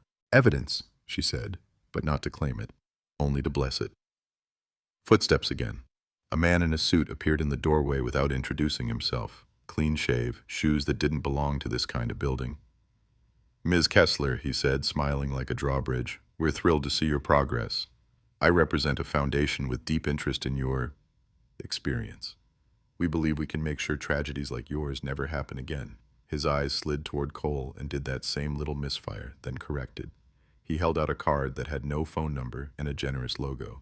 Orlin Institute, he said. Different name, same mouthfeel. Sarah didn't take the card. We're resting, she said, and the man's smile held steady like glass does before it learns about rocks. Of course, he said, we'll follow up. He backed away as if a tape were rewinding him. The card lay face up on the chair by the door, a white square like fresh snow with footprints already decided. Cole picked it up with 2 fingers and dropped it in the trash. He met Sarah's eyes and didn't have to say anything because the next part was made of action, not speech. He stayed until the window let him in a little more. He told her about the violinist in the crowd, remembering something they loved with no words for it. She told him about a nurse who had started bringing in paperbacks and leaving them accidentally on empty chairs until rooms had stories standing guard. He dozed in the chair and dreamed he was a filing cabinet on fire and woke to find his hand in hers, as if his circuitry had been routed through something that could bleed. When he left, the lawn had turned a fraction greener under the thin sun. He walked across it deliberately so he would feel the give of the ground and earn the sound his shoes made. In the car, he sat without turning the key, staring at his hands on the wheel. They looked like hands. He breathed, and the air went somewhere useful. On the drive back, signs for the city began before the city did. He hit a pocket where the radio found a station, and a caller was telling a host that her brother had come home with a story he'd been trying to remember for 20 years, a story about a dog that used to wait for him after school.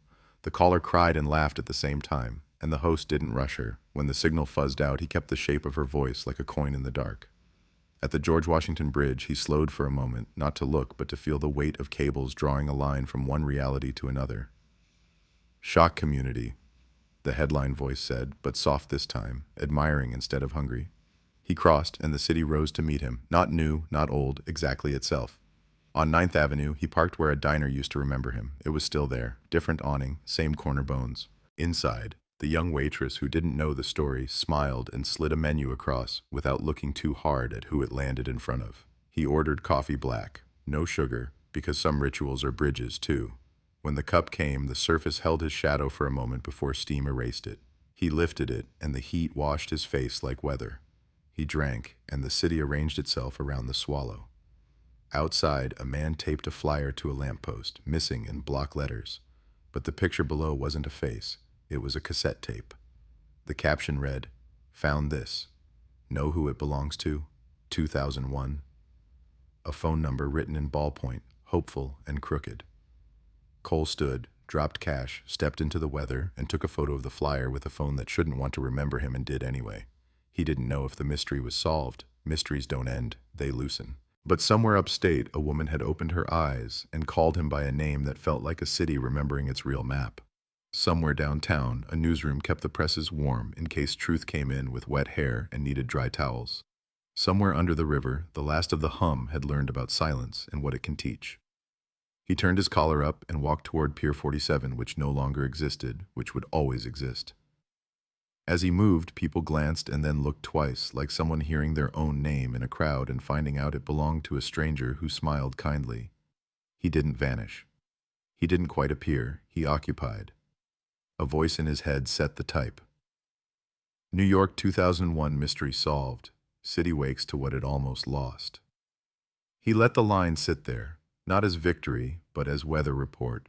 The rain would come and go. The river would keep its appointments. The tape would play faintly under the sound of traffic until someone turned it up and said, "Listen." He kept walking. The cold put color in his hands. The city breathed. And in the space where a reflection would be, he felt the outline of a man returning, one line at a time, like a sketch the artist refused to stop perfecting because something in the face kept insisting on being true. The city took its first full breath and then tested the air like a veteran testing a leg after the cast came off. Cole walked it block by block, learning its new gait, listening for the old hum like you listen for a ringing in your ears that might never have been there. It didn't come. Instead, there were other sounds that had been missing so long nobody knew they were gone. An upstairs radio playing a scratchy soul record, a locksmith's drill churring, a stoop conversation breaking into laughter because the punchline remembered itself halfway through. He cut across 46th toward the river, the diner a warm punctuation mark he promised himself later. At the corner, a cardboard flyer clung to the lamppost under fresh tape, missing, but not a face, a cassette drawn in thick lines and box shadows. "Found this," the caption said, 2001. A number scrawled, hopeful, and a little crooked. He saved it to his phone, though he could have memorized the digits by the way the hand pushed them into the paper. He dialed. A voice answered on the fourth ring, wary but unarmored. "Hello?" "About the tape," he said, and then let the silence decide if he was police, press, or trouble. The voice didn't hedge. "You found my flyer? I didn't know where else to—" "Yeah, it's weird. I bought a storage unit with my cousin, Queens Boulevard. Sad dad treasure hunt stuff. There was a shoebox with 4 tapes. 3 are blank, 1 isn't. What's on it? Static, and a woman, and the city. Like if a skyline could talk in its sleep." He didn't smile, didn't dare. "Where are you?" "Tenement Museum, Orchard Street. I do tours. Bring cash if you want to buy it. Or just bring ears." He hung up, sent a text, "Coming now," and headed downtown. The subway worked like a body remembering dance steps, hesitant, then bravely smooth. On the platform, a busker tapped a rhythm on a plastic bucket that made the ceiling sound like a drum, and the passengers look up as if the beat had knocked dust off the rafters of the day. Cole closed his eyes and soaked the pattern like a witness under oath. Orchard Street greeted him with pickles and barrels, and decades held in shop windows like museum glass didn't know whether to keep the past in or out. The guide met him at the corner, 25, jacket too thin, a face that was new to the city, but already learned not to apologize for it. He held a Walkman in one hand like a relic whose holiness he wasn't sure he believed in. "Name's Eli," he said. "You're someone who's been looking for that voice for a long time." "Cool," Eli said, meaning I'll take your word over a badge. He thumbed the eject button and showed the tape. The label was hand-printed, residue. On the back, a single number written in pencil, 47. "You listened?" Cole asked. "Half of it," Eli said. "Had to stop when my boss said my eyes were doing the thing screens do before they break." They sat on a stoop. Eli put the headphones on Cole without asking whose head this ritual belonged to. The tape rolled and the old machinery clicked with the brisk dignity of a tool that remembers its purpose. Static first, the living kind, a sea against concrete. Then a voice swam up through it, not random, not staged. A woman speaking like she was threading a needle in a moving car. "If you hear me," she said, "the artery's still open. You can send, you can receive, you can return." Sarah. Not the echo. Breathier, human, the voice that had once had to ask for water in an empty room. "Grady," she said softly, name like a landmark. "If this gets past the wall, tell Cole the river is real. Tell him Pier 47 is a lie. The number is a door, not an address. Tell him to look for the room with no windows. We called it the orrery." Cole pressed the headphones closer without meaning to. The words slipped into him like a key, finding a lock in the dark. An orrery, model of a system, planets on rods, an imitation of orbit. He pictured rings of servers, data moons, swinging around a patient sun. The tape hissed. The city spoke under it. Traffic, siren, wind sneaking between bricks. Then the kind of silence you only get when fear sits down beside you and waits without touching. The voice came back smaller, as if the room had leaned closer. "If I don't make it out, my body goes to Northgate, Glen Hollow. They promised to study. They promised. Promises. Don't let them name it for me." A breath. "If I do make it out, I'll come by the river. November 9th, I'll stand where the old ferry line used to load. If you see me, make noise." The tape clicked to the end of side A. Eli watched Cole like you watch a diver surface with a strange expression, and you can't tell if it's pearls in their mouth or a mouthful of water. "Worth your time?" Eli asked. "In ways you won't want to write down," Cole said gently. He handed the Walkman back. "How much?" Eli shook his head. "Keep it. You look like someone who'll make it matter. Just, if there's a story, tell it where my grandmother can find it. She thinks the city stole 3 of her songs." Cole put the Walkman in his coat like a medal and a responsibility. "She's about to get them back," he said, and meant it, even if he didn't yet know how. They cut through the Lower East Side, 2 men separated by 20 years, and a vanishing and bound by a cassette that refused to be the past. Cole left Eli at the museum door with a handshake that registered as more than skin to both of them. He headed west, Walkman bumping against his ribs like a second heart. The old ferry line site was a scar the waterfront had decorated. Benches, plaques, polished rail. He stood where she said and watched the river throw light back at the buildings with an attitude. The tape's second side rolled, more static, than the various voices of a system arguing with itself on a frequency nobody at the time had ears for. Then Sarah again, hoarse. "If we make a hole, the hole will try to close. That's what systems do. So we make holes faster than the repair. We teach people to listen to their own archives. We teach them to keep receipts that sing."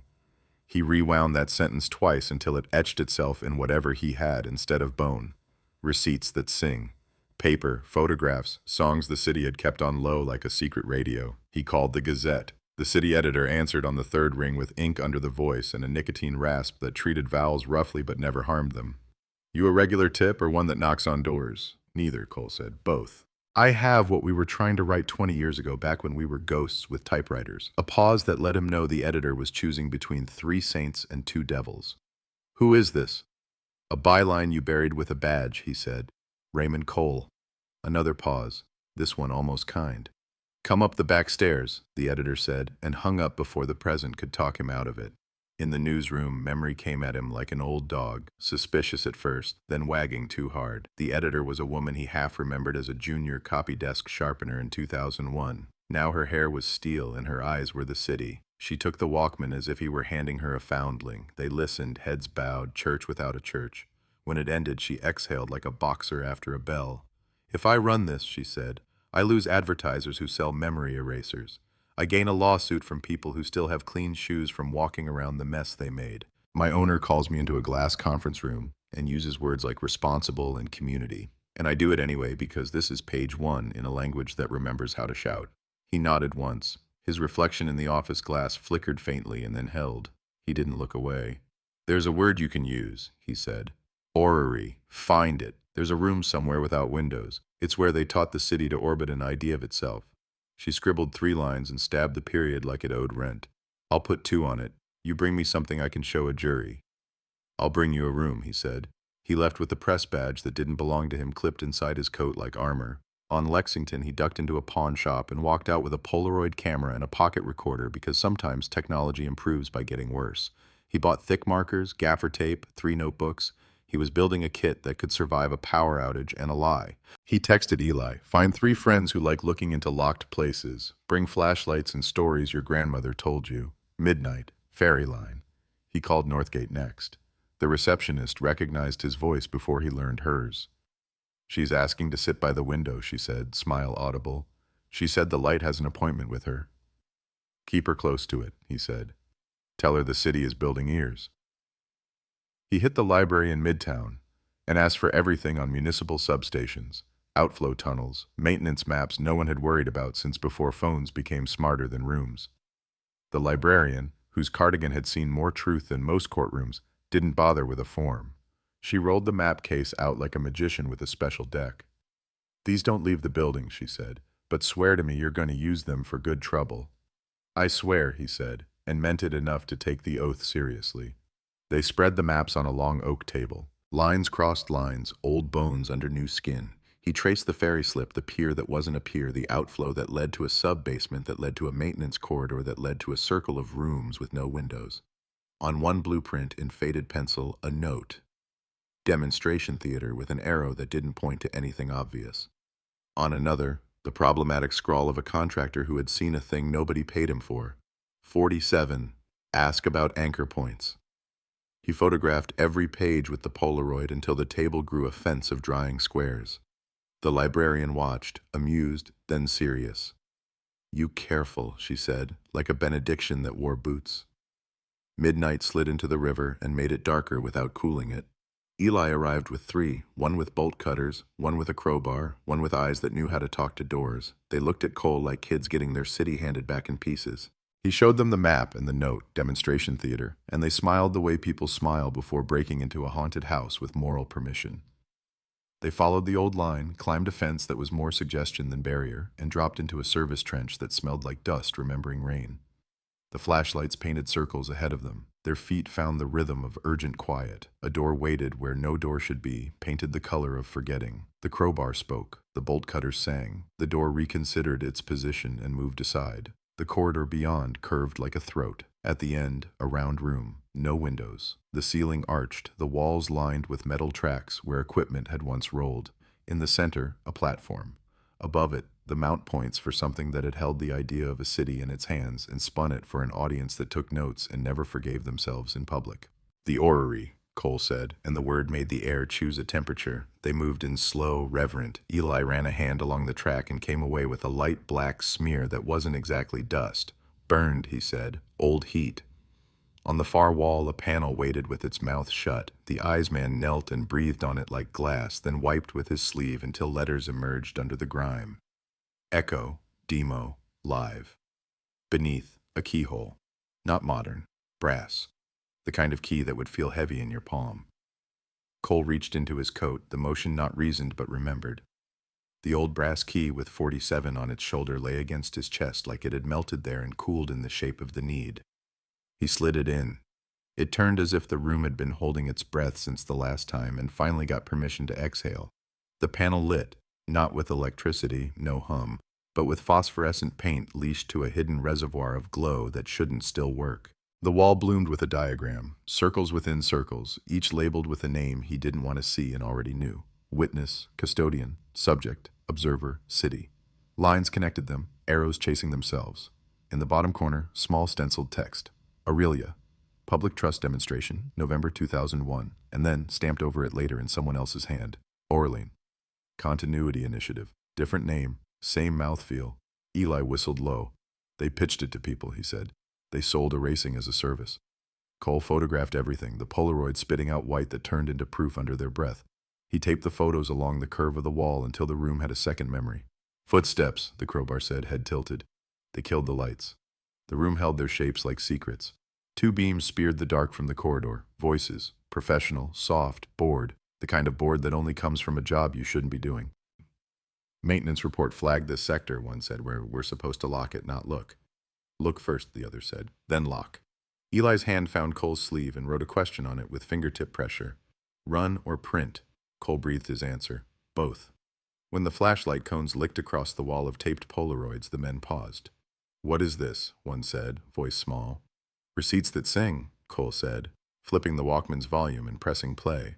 Sarah's voice came out of the tiny speakers, honest and undeniable. The men froze with their lights pointing at the word city as if it had turned to look at them.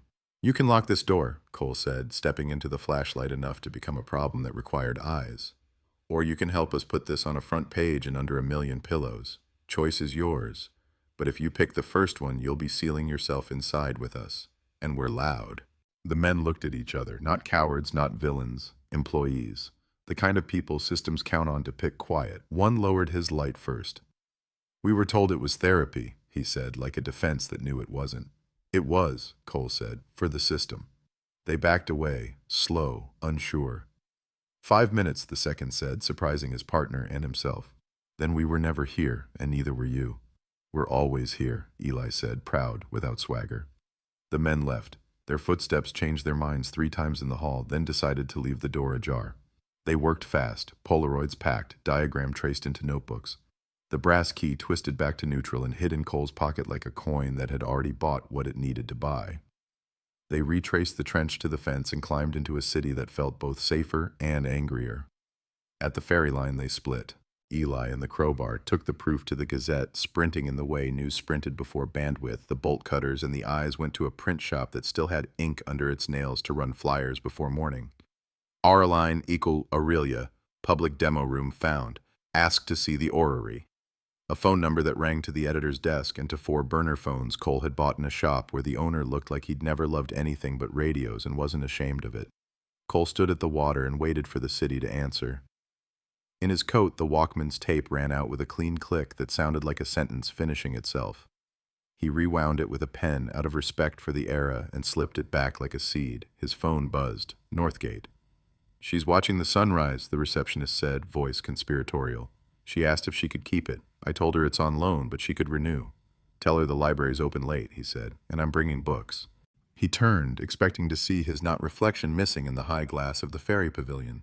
Instead, the glass held him steady. The true lie of mirrors, a good enough drawing. He lifted a hand. The reflection did too. It didn't smear. It didn't tear. The outline still trembled, as if drawn over an old erasure, but it held. Headlines arranged themselves like clouds. Public learns of orrery. City demands answers. Aureline denies link to Aurelia. Documents say otherwise. Cold case becomes open wound. Community refuses bandage. He didn't know what the story would do to the stock market, the mayor's calendar, the cocktail parties where words like continuity sat on napkins and sweated through the ink. He didn't care. He cared about a woman by a window borrowing sunlight, and a boy who bought a storage unit and accidentally unlocked a door, and a newsroom that had been starving for a page like this and trying not to show it. He walked back toward 9th, toward coffee and a table where he could spread Polaroids and label them with a teacher's neatness. 2 blocks from the diner, an unmarked sedan slid into a space too cleanly. A man stepped out with a face you forget on purpose. Mr. Cole, he said, and the way he said it made the honorific sound like a charge. Cole stopped at a distance that suggested courtesy and made running possible. You are? A messenger. He held out an envelope heavy as a paperweight. Someone appreciates your civic energy. Inside, a single sheet, a logo, Aureline, beside a paragraph that had practiced saying nothing, and a check with more zeros than anyone should trust. "We want to partner," the man said, smiling like a closed door with a peephole. Cole looked at the check, then at the man, then at the river. He folded the paper once, twice, again, until it was a thick square that could have been a coin. He handed it back. "Buy back your name with it," he said. "The city already kept the rest." The man's smile didn't move. It was printed. "You'll hear from us," he said. "I just did," Cole said, and left him with the envelope and a feeling he'd mistake for weather. In the diner, the waitress brought coffee without asking. He laid out the Polaroids, the map sketches, the small, bright truths, photo after photo like tiles he was laying on the floor so the room would know how to hold weight. Two construction workers at the counter argued gently about the Yankees and whether memory mattered if the team kept changing. The radio behind the grill coughed and found a station where a woman was telling a story about a cassette she'd found in a box. "It's my mother," the woman said, somewhere near tears and laughing at herself for it. "She's singing to me. I'm 49. She died when I was 9. I didn't know you could miss something you didn't remember." The cook turned the volume up to a level that made the cutlery glow. The waitress leaned on the counter and didn't pretend she had something else to do. The city listened to the sound of a mother 20 years late and exactly on time. Cole capped his marker, crossed out "missing" on the flyer photo in his phone, and wrote "returned" under it in thick letters. He sent the picture to Eli with a single word: run. Upstate, a window would be learning a new habit, turning its light toward a bed and not away. Downtown, a newsroom would be warming up a headline without a question mark. Under the river, a room with no windows would be newly sure of its name. Across town, Aureline would search for synonyms and find the dictionary suddenly thinner. He finished his coffee and left cash like thanks. On the sidewalk, he looked into a parked car's side mirror out of reflex and met himself there. Wavered, held. Good enough. He turned his collar up. The day was sharp, honest cold. He walked toward the place the pier used to be, where the ferry used to load, where noise was an obligation and not a disturbance. "Cold case," the voiceover in his blood said, approving now, less hungry. "Mat tik bi on," it added from another room that had always been in him. "Sok kong dong." He let the word sit, neighbors. Headlines, yes, but also directions. He followed them until they became streets. He had a room to show the city. He had a tape that refused to be quiet. He had a map of holes to teach other hands how to make. He had a woman to bring books to and a son to negotiate with. He had a name, written over an old erasure, still drying. And he had work, good trouble, to do before the hum remembered how to hum again. Morning hit like a printing press. The Gazette went to war with ink. Street corners bloomed with stacks draped in rubber bands, delivery boys shouldering headlines like fire hoses. "Orrery room found! Aureline tied to Aurelia," roared the masthead, and beneath it a subhead that refused to blink. "City's memory put on trial." Lines formed at kiosks, old hands, young faces, people who'd stopped buying papers when the screens got loud, drawn now by the smell of wet newsprint and the rumor that truth had come back to a medium that could hold it. Cole bought 3 copies and left one on a stoop like a warm loaf. The city took the story into its mouth and chewed. Talk radio burned clean. Callers stacking witness on witness, not all neat, none of them indifferent. A woman from Morningside Heights said her husband had spent a year asking where the song went that used to live in their hallway. Last night he hummed it in his sleep and woke crying, embarrassed and relieved. A bus driver from Queens swore the turn at 21st Street felt different now, like the corner had moved back a foot to where it belonged. A retired electrician said he'd worked the substation by the river in November 2001 and been told to keep his hands in his pockets and his head down while suits with ghosts walked past a room nobody named. Aureline answered with a statement full of lacquer and careful nouns, the kind of language built to glide over a spill and never get wet. No connection, robust safeguards, responsible innovation. Our thoughts are with families. They sent pictures of a clean lab and a smiling technician in gloves, a photograph you could bounce a quarter off. Under the image, the caption tried to tell the city what to feel. The city chose differently. By noon, small shrines had grown near the ferry line, photocopied Polaroids of the orrery's wall, index cards with dates and first names, candles in salt-rimmed jars stubborn in the river breeze. Someone taped up a hand-lettered sign that read "Receipts that sing," and somebody else had already started humming. Eli arrived with 2 milk crates full of taped testimonies he'd harvested on Orchard Street, and in line for Rugelach, grandmothers giving names to melodies, kids describing what their room sounded like last night. He set a battery-powered speaker on a bench and let the voices braid. People slowed, listened, nodded, wrote down numbers, phoned somebody they'd stopped phoning. Cole moved through it like a current. He pinned copies of the orrery diagram to city corkboards nobody used anymore. the staples sounding like small hammers driving stakes into the ground. At the diner, he made a headquarters of a corner booth and laid out the proof again, not because he doubted it, but because repetition is a kind of oath. The waitress started calling it the war room with a grin she wore like brass knuckles. Northgate rang at 10 and at 2. "She's eating," the receptionist said the first time, delighted as if reporting weather that favored a parade. She asked for a newspaper the second time, scandalized in a happy way. We had to explain about ink on thumbs. Cole said he'd be up after dark with a bag of books and a set of fresh Polaroids, and the receptionist whispered, "Bring scissors. She wants to make a collage that looks like a door." A man in a coat like a decision walked into the diner mid-afternoon and slid into the booth without asking, his hands empty in a way that said they were never really empty. "Mr. Cole," he began, and the way he placed the period meant this was not a question. He introduced himself as legal counsel for a foundation with a long name and shorter patience. He spoke in the key that tells you juries are predictable and truth is a tool like any other if you learn how to hold it without bleeding. "You are interfering with critical research," he said, and offered a document thick with black boxes. Cole thumbed the stack, then pushed it back gently as if returning a wallet found on a bar. "You're good at erasures," he said. "I'm better at tape." He set the Walkman on the table and hit play. Sarah's voice poured out, quieter now under the diner's clatter and still undeniable. The lawyer listened because you have to, then did what good lawyers do when fact insists. He tried a different lever. "You're unwell," he said, tone almost kind. "We understand the trauma you've endured. We can assist." "Assist me into a better deletion?" Cole asked. "Assist you into peace," the man said, and the word cracked like ice underfoot. The waitress arrived with coffee, set it down between them with a smile that said witnesses exist, and lingered 2 beats longer than necessary. The lawyer left a card on the table with a logo that had learned a new name overnight, and departed as if the room had decided he didn't matter. The card's phone number looked like handcuffs. Cole slid it under the sugar caddy and forgot it until forgetting felt like an action.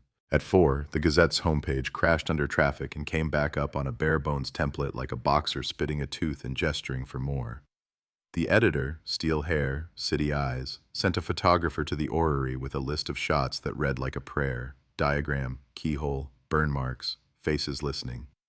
Eli texted a photo of the first run of flyers outside the print shop, black ink, bold type, no QR code, a phone number that rang real. By dusk, you could read, "Show us the orrery" from 3 different boroughs without squinting. The counterpunch arrived on schedule. A blog with expensive grammar and anonymous funding ran a piece about conspiracy theorists stealing into public infrastructure to scare old ladies and sabotage medical progress. A cable anchor asked whether memory loss was better than trauma and smiled while asking. An op-ed, signed by a former official who once signed other things, argued for curated continuity to protect civic mental health. The comments under it were a river of strangers who had not planned to care and now could not stop. Night fell clean, the air crisped. On the ferry promenade, volunteers hung clipboards from the railing with twine, each stamped witness log. People wrote the small defiant stuff, the birdsong that returned to a fire escape at 6, a sister calling a nickname nobody had used since 2000, a corner deli finding a jar of marbles behind the register and both clerks insisting simultaneously it used to sit there, not proof a court would swallow without choking, proof a city recognizes the taste of. Midnight, the crew met, the bolt cutters, the crowbar, the door whisperer. Eli seemed to the bone with purpose now. They wore black not because of movies, but because grease is honest and night loves a uniform. Cole laid the maps on the stone, showed the route to another room the diagrams hinted at, a maintenance spur that split from the known corridor and ended at a circle shaded lightly, unlabeled with bureaucratic caution. "If the orrery was the stage," he said, "this is where they kept the curtains, and maybe the script." They moved. Fences, shadows, the grate that had learned their hands. The spur was narrower, older, colder, like a memory that hadn't been aired. Graffiti wrote on the wall where maintenance men had once left jokes for each other, dates, initials, a crude son wearing sunglasses. The door at the end was wood swollen with time and paint, a relic from when the city thought wood could hold it. The crowbar bowed, the bolt cutters bit, the door sighed and remembered it had hinges. Inside, the dark had a different temperature. Their lights found shelves with covers like coffin lids, boxes stenciled with codes, a rolling ladder, a desk with a blotter and a pen petrified in a curl. In the corner, a mannequin torso wore a harness rigged with sensors the size of thumbnails, antique sophistication. The door whisperer knelt at a cabinet, worked the lock with tenderness, and opened onto a shrine of documentation. Binders labeled demonstration assets and public talking points. A folder stamped retention. Photographs of the orrery in bright light with rows of folding chairs occupied, faces intent, notebooks open. On the back of one photo, a typed caption, Aurelia, a city that remembers for you. They photographed until the Polaroid fumes made the air sweet and strange. They filmed with the pocket recorder because tapes cut clean and nobody can edit the magnetism of ferrous particles by press release. Eli found a crate under the desk and pried it open with a screwdriver that had waited 20 years to be useful. Inside were cassettes, dozens, labels handwritten with names and dates, residue, echo, demo. He lifted one like a relic, hands careful. We can't take them all, he said. We don't, Cole answered. We copy with our mouths. They formed a line. Take, play, record, state the label into the mic, play again. The room became choir and factory. On one tape, a child counted to 50 in Spanish and then forgot why. On another, a man recited an address he swore he'd never lived at with the cadence of bedtime. On the 10th, Sarah's voice again, public this time, clear as a bell pressed against a courtroom door. This will be sold as safety. It is an edit. Beware the editor who isn't accountable to the author. Footsteps again, not cautious this time, more than two, ballistic certainty. The crew killed their lights and folded into corners, Cordura and Breath holding hands. Flashlights sliced the room. A voice said, bag it all. Another said, burn it where it sits. A canister clanked against concrete and the smell of accelerant wrote its own headline. Cole stepped out before the match. You can only ask a city for so many miracles before you owe it a trick in return. He held his press badge high where beams could see it and put the Walkman down on the floor in the center, hit play, and let Sarah speak to the men about safety while the men considered their orders in the presence of a voice that had been missing for 2 decades and didn't sound hypothetical. This will be sold as safety, she said again, and one flashlight shook like a hand not sure whose it was. Names, Cole said to the beams. Yours, your mother's. The teacher who told you were more than your easy choices. Think of what happens when your file says you never were. Think of her voice disappearing because you decided not to hear it. Nobody moved. The crowbar's owner, who could lift a transmission and cried when commercials got the dog right, whispered, Sir, and Cole heard him speak to the youngest flashlight. We just need 5 minutes. You can lock the door after, but if you burn this, you'll smell it every time you take your shoes off. Silence rearranged itself, came back with new clothes. The youngest flashlight lowered. 5, he said. The older one swore softly in a language that forgives swearing if the cause is honest. They backed into the hall and posted themselves as guards, eyes on the corner like pennants. The crew worked like memory under deadline, Polaroids into envelopes, tapes logged, labels photographed, a binder gutted for copies by phone camera. The mannequin's harness stripped of a sensor like a tooth pulled that the city might need to show later. Cole pocketed a laminated index card labeled Demo, Q&A key lines because nothing tells the truth like a list of lies designed for questions. They left the room cleaner than they found it, as if tidiness could be a decency even while raiding the past. In the corridor, the youngest flashlight didn't meet their eyes and said to nobody, Doors jammed for an hour. The older one said, Bullpen wants a status. The youngest replied, Tell them we're listening to a tape. They let the crew go.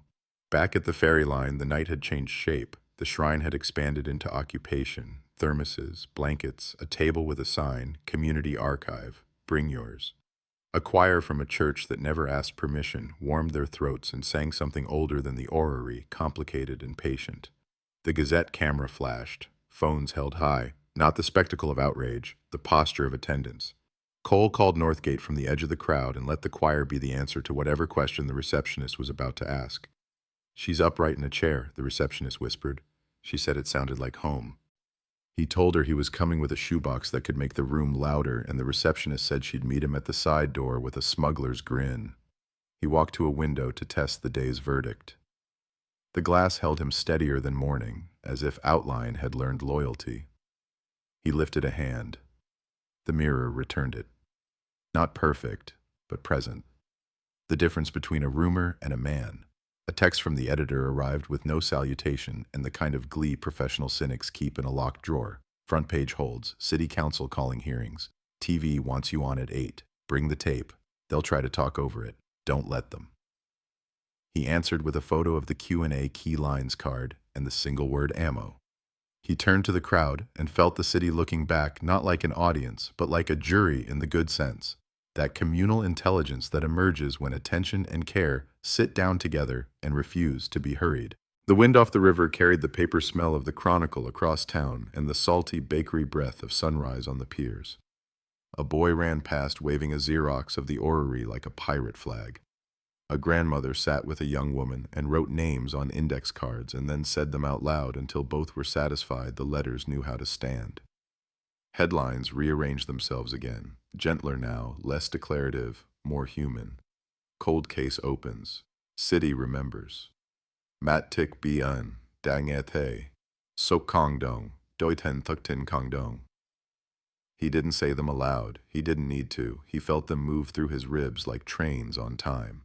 He took the shoebox of tapes, the Polaroids, the binder rinds, the card with lies that would fail on contact with a choir, and he headed for the car that would learn the road to Northgate by heart. Behind him, the city kept breathing, steady now, as if the cast had come off and the leg had remembered running and decided walking was holy enough for tonight. Somewhere under the river, the room without windows stood empty and honest. Somewhere in a boardroom with a view too clean, a man rolled a pen between his fingers and wondered why the word continuity suddenly felt like a threat instead of a promise. Cole drove north with the radio off, letting the tires do the talking. He had work and a window to stand in and a voice to set in the center of a room like a candle. The hum could learn to hum again. Until then, noise was theirs. The road to Northgate unspooled like tape, the tires a steady hiss that kept panic from narrating. On the passenger seat, the shoebox of cassettes bumped at turns, whispering their spooled breaths. Cole didn't play the radio. He let the miles write silence into him so he could spend it later where noise mattered. Glen Hollow was the same small, careful town, its main street holding hands with the hill. The maple outside Northgate had let go of its stubborn leaf. It lay bright on the walk like evidence of a promise kept. The receptionist met him at the side door with contraband pride and a shopping bag of scissors, glue sticks, and a roll of brown paper stolen from the supply closet. "She's ready," she said, conspiratorial, like they were going to rob a bank and leave the vault full of flowers.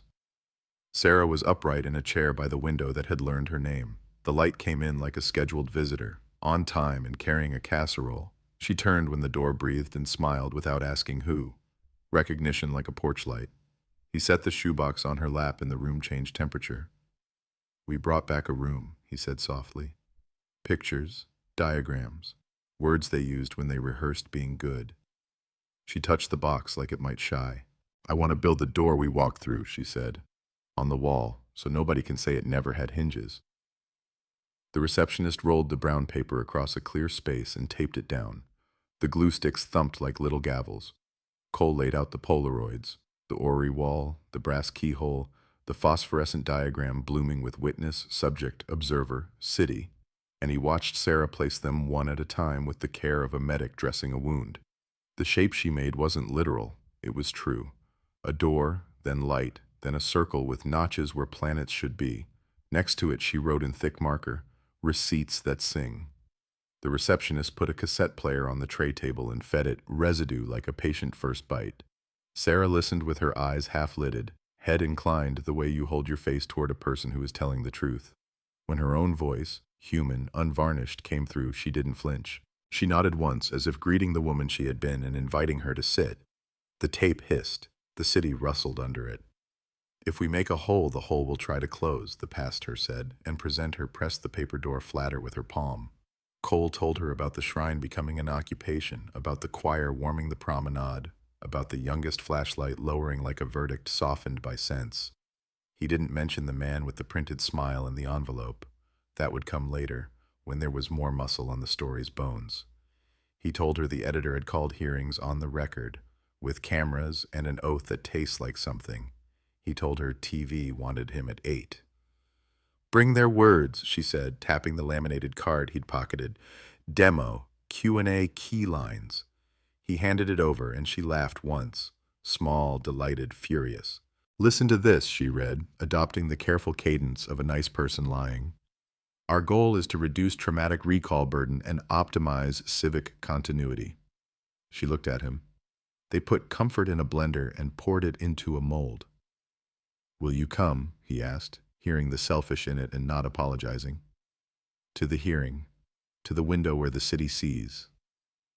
She looked at the sunlight as if asking its permission. "I'll try," she said. If I tip when I stand, you catch the elbow, not the shoulder. The shoulder remembers restraints. He nodded once and put the fact somewhere useful. They worked until the brown paper door was crowded with proof and the room's air seemed to lean forward. When the glue was drying and the light had found a new angle to flatter her, he set a small recorder in the center of the tray table and asked, "Say the thing no one can edit." She didn't rehearse. She looked at the door. "You don't get to be the author if you're not in the book," she said. "You don't get to keep the city safe by stealing its past." She paused. "I consent to remembering. They ate hospital pudding like communion because sugar is proof of a brighter world somewhere." When he left, the receptionist slipped him a Polaroid she'd taken of the collage. "For the war room," she whispered, proud. "We're making 3 more. 1 for the nurse's lounge, 1 for the hallway, 1 for the closet where the night shift keeps crying and pretending it's allergies." He drove back with the recorder on the passenger seat this time, as if proximity could armor it. The city rose ahead, a mechanical constellation with its screws tightened by afternoon. He parked behind the Gazette and climbed the back stairs 2 at a time. The editor stood over a table heaving with the orrery's double life, photos, transcripts, a mocked-up center spread with the diagram running across the fold like an incision. She didn't look up right away. "We've got the council on their heels," she said. "Oraline brought 3 doctors and 2 philosophers. They're going to talk ethics until everyone forgets simple verbs." She glanced up. "You got verbs?" He set down the recorder and the Polaroid of Sarah's door. The editor's face changed. Not media, not strategy, human. "That goes page 1, she said, throat rough. "No quotes from people with titles, just the door and the line under it. I consent to remembering." She slid the recorder toward the audio desk. "We'll cut for air, no music under it. If they try to sweeten it, I will set their board on fire with my eyes." At 6:30, he walked to the studio they'd rented in a building that used to be a bank and now stored arguments. The green room had fruit and water and a monitor showing footage of a lab that looked like heaven's antechamber. A woman with a microphone pinned his lapel and asked politely if he preferred Raymond or detective, and he said, "My name said plain is fine." 2 men in suits practiced their empathy in the corner, the kind that starts with, "We hear you," and ends with, "We'll take it from here." He closed his eyes and listened to the hum that now lived only in memory. It did not rise. Good. The producer, hair headset, walkie voice, counted him in with fingers and an optimism you could staple things to. The anchor smiled like a dentist. "Tonight," she said, "the city's grappling with questions of memory, trauma, and technology. With me, a spokesman for the Oraline Institute and a former detective whose discovery of a so-called orrery room has stirred controversy." So-called landed like a coin on a bar. He nodded. The spokesman's tie had learned a new knot today. They began with the lab footage. They added soft piano. They put a grandmother in B-roll saying the past is hard, and then cut to a scientist in clean gloves saying we can help. The spokesman said continuity 3 times. The anchor said compassion 5. The philosopher said narrative coherence like a password. "Play tape," Cole said quietly when the anchor pivoted to him. She smiled with teeth. "We'll get to your artifacts." He looked at camera 2, at the red light that meant the city was eating, and did the thing you do when a gate man won't open. He climbed the fence. "This is Sarah Kessler," he said, and held up the recorder. The producer surged into his ear. "No."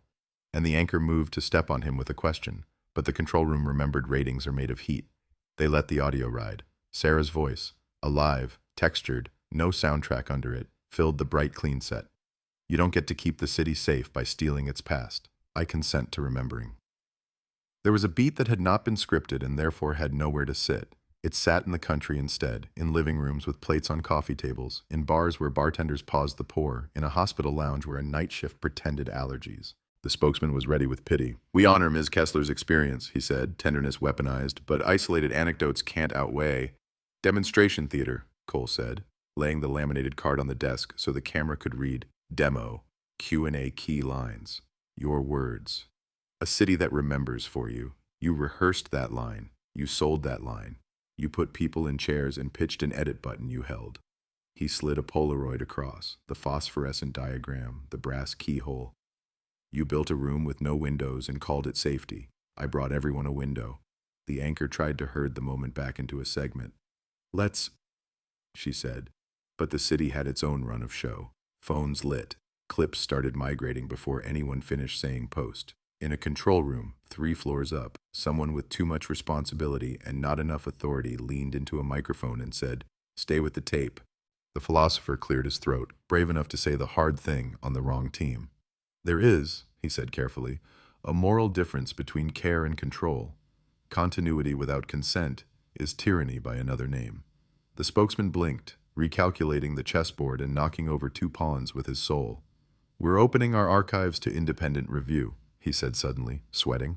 It wasn't true yet, but the sentence found its own legs because the room had offered it as the only decent exit. Cole didn't smile.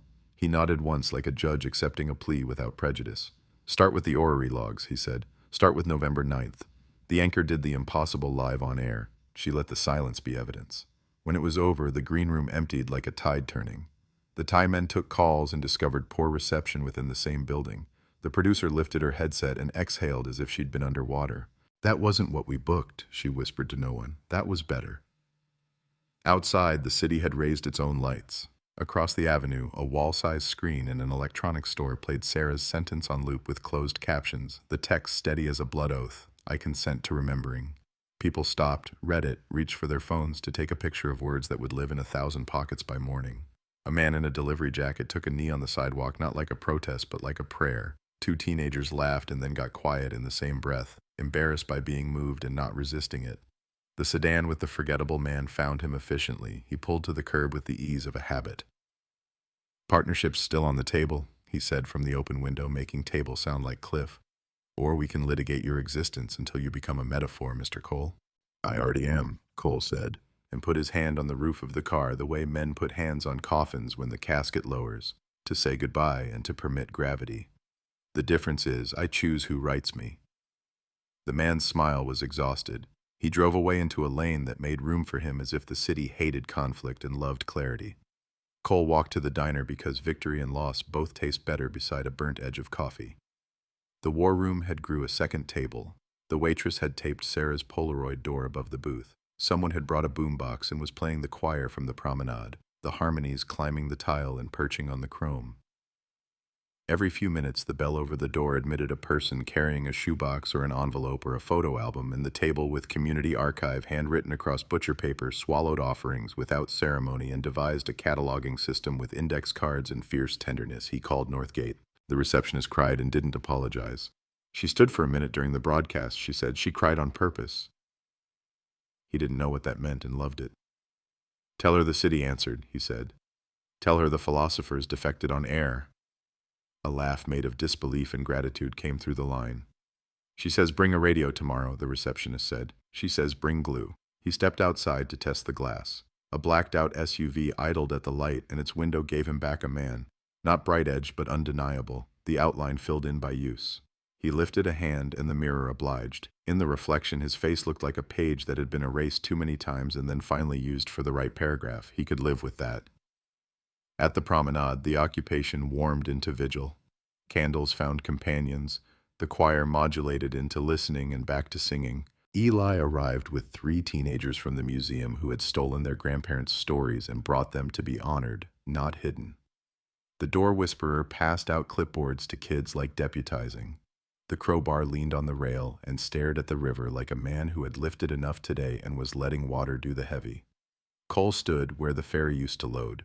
He set the recorder on the railing and hit play one more time, letting Sarah's sentence throw a rope out over the dark. Across the river, office lights blinked synchronized for a beat, as if the city were coughing up the last of a habit.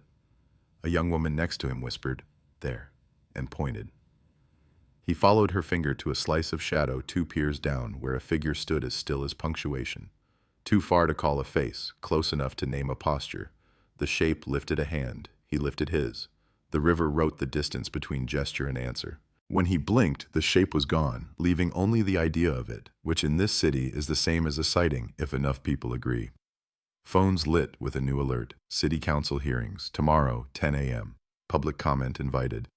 The crowd murmured like a hive, relieved to be given a task. A woman near the front said, "I haven't spoken into a microphone since 1986. And the choir leader put a hand on her shoulder and said, "Then you've been saving it." The boy with the pirate Xerox of the orrery diagram asked Eli if he could draw it in chalk on the promenade for people to stand in the circle labeled witness and take pictures. Eli said yes, like an adult who knows where permission should live. Cole's phone buzzed with the editor's text. No greeting, 2 words, all caps. Bring Sarah. He typed back, window will try, elbow catch. The reply came quick. We'll put a chair where the light hits. He pocketed the phone and watched as a little wind took the candle flames sideways and then let them stand back up. He thought of the brown paper door taped to a wall upstate, and the line under it the city had already started to memorize. He thought of the orrery room, now crowded only by its own shame, and of the key in his pocket that belonged to a lock that would never quite shut again. Headlines reordered themselves like troops before a march. Public hearing draws crowds. Oraline vows transparency. Demonstration theater confirmed, archives to open. Cold case of a city's missing memory enters testimony phase. He didn't write them down. He let them move through him, trusting ink would find paper, and paper would find hands, and hands would find other hands. He walked home without hurrying, the night dry and honest. A block from his door, the man with the printed smile reappeared in a doorway, not threatening, just persistent, like a billboard that keeps renting the same corner. Last chance to partner, he said, not smiling now, just tired. You can't keep this clean. It will get political. It will get ugly. Let us manage the mess. It already got human, Cole said. Ugly knows not to try that room. He kept walking. The man stayed in the doorway and learned about being left behind. In his apartment, he set the shoebox on the table and lined the cassettes up like a choir getting ready to stand. He took the Polaroid of the brown paper door and taped it above his desk where the morning would find it. He wrote 3 words under it in fat marker because thick letters are hard to argue with. We keep us. Then, softer, in a corner where only he would read it every day, a note for the part of him that was still learning how to live outside the hum. Stand in the sun until it has to notice. He turned off the lights and let the city come through the window. No mechanical static, no hidden pulse. Just tires on wet, laughter from a stoop 2 floors down, a distant clink of bottles as a bar closed with more grace than most stories. He stood in the dark and lifted a hand, and the window gave him himself back, not as a trick, not as a promise, but as a practice. He held the shape for a long time, then let it go, then did it again. Tomorrow at 10, a room with microphones would learn a new sentence and decide whether to honor it. Tonight, the river kept its appointments. The orrery's lines stayed bright in the backs of people's eyes. The city slept in shifts the way families do when someone's recovering. And somewhere upstate, a woman sat in a chair by a window and taught glue to remember what doors look like. The night before the hearing felt longer than any year he'd lived through. Cole couldn't sleep. Not from fear, but from the sound of the city breathing differently. Every open window carried the same rhythm, as if the metropolis had remembered how to inhale without instruction. He sat by his desk, the brown paper door taped above him, Sarah's handwriting still wet where she'd written, I consent to remembering. Outside, car horns layered with the distant hum of printing presses churning truth into paper. He imagined the ink spreading like veins through the streets, reaching everyone who still thought they'd dreamed the last 20 years. At 3:17 a.m., the minute the world used to end, his phone buzzed. One message, unknown number, no words, just a photo. A corridor, concrete, unlit, the words, demonstration theater, barely visible on a rusted sign. Beneath it, a single sentence. They reopened it. Cole stared at the image until the pixels bled into the shadows. Oraline was moving faster than the press, faster than the hearings. They were already rewriting the story, turning exposure into evolution. He thought of the man in the sedan saying, you can't keep this clean. He hadn't meant dirt, he'd meant infection. He grabbed his coat, the Polaroids, the recorder, and the key with 47 stamped on its shoulder. By instinct, not plan, he drove toward the river. The streets were slick, neon reflected in every puddle like buried confessions. The city was awake in strange pockets, men smoking on corners, delivery trucks unloading papers that still steamed with heat. At the pier, the crowd hadn't dispersed. The vigil had turned permanent. Tarps, coffee thermoses, guitars missing strings. The words, receipts that sing painted 10 feet tall on the pavement, chalk bleeding into rainwater. Eli was there, huddled in a blanket, eyes bright and wired. They're moving equipment into the substation again, he said before Cole could speak. Same trucks, same badge numbers, but get this, the cops aren't stopping them, they're guarding them. Cole felt it like cold glass in his throat.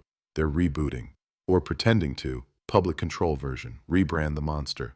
They're trying to outlive the truth, Cole said. Eli nodded toward the horizon. Then we outlive the lie. They split without ceremony. Eli back to the crowd, Cole toward Midtown, toward the building where the council would stage its daylight confession. He didn't need directions. The city's pulse guided him like a metronome. By the time he reached City Hall, dawn was barely a rumor. Floodlights painted the steps. News vans circled like moths around prophecy. Reporters rehearsed sentences they didn't understand yet. Transparency hearings, independent oversight, ethical framework, all the right words, all the wrong music. Inside, the chamber smelled of coffee and performance. Rows of microphones waited for sound. On the big screen behind the dais, the official Oraline logo glowed. A stylized brain made of concentric circles. An orrery rebranded as empathy. Cole took his seat beside the editor who wore her trench coat like armor. She slid a note toward him. They'll try to drown you in language. Don't swim. Stand. At 9:59, Sarah arrived. She walked on her own, leaning lightly on the receptionist's arm, a scarf tied around her wrist to hide the tremor. The room changed temperature, not because anyone recognized her, but because something in the air did. The lights felt honest for a second. The cameras, too. The chairman cleared his throat, script trembling in his hand. We're here to address recent allegations of misconduct, data mismanagement, and public endangerment concerning the Oraline Institute. Misconduct, the editor muttered. That's one word for mass deletion. Sarah was the first witness. The clerk swore her in, voice shaking. She placed her hand on the document they'd offered, not a Bible but a printout of the city charter, and said, clear and steady, I consent to remembering. Reporters stopped typing. She told them everything. The project's beginnings after the 2001 blackout, the promise of memory preservation, the first upload failures, the night Grady died, the van, the cylinder, the lie they called containment. She spoke without embellishment, without pause, just facts laid like bricks. When her voice faltered, she looked at Cole. He nodded once, and she continued. When she finished, the room didn't applaud. It did something rarer. It listened without blinking. Then came Oraline's director, a man who could smile in 3 languages at once. He began with sympathy. He called her a brave survivor of a noble experiment. He talked about iteration, progress, the burden of pioneers. He used every soft syllable money could buy.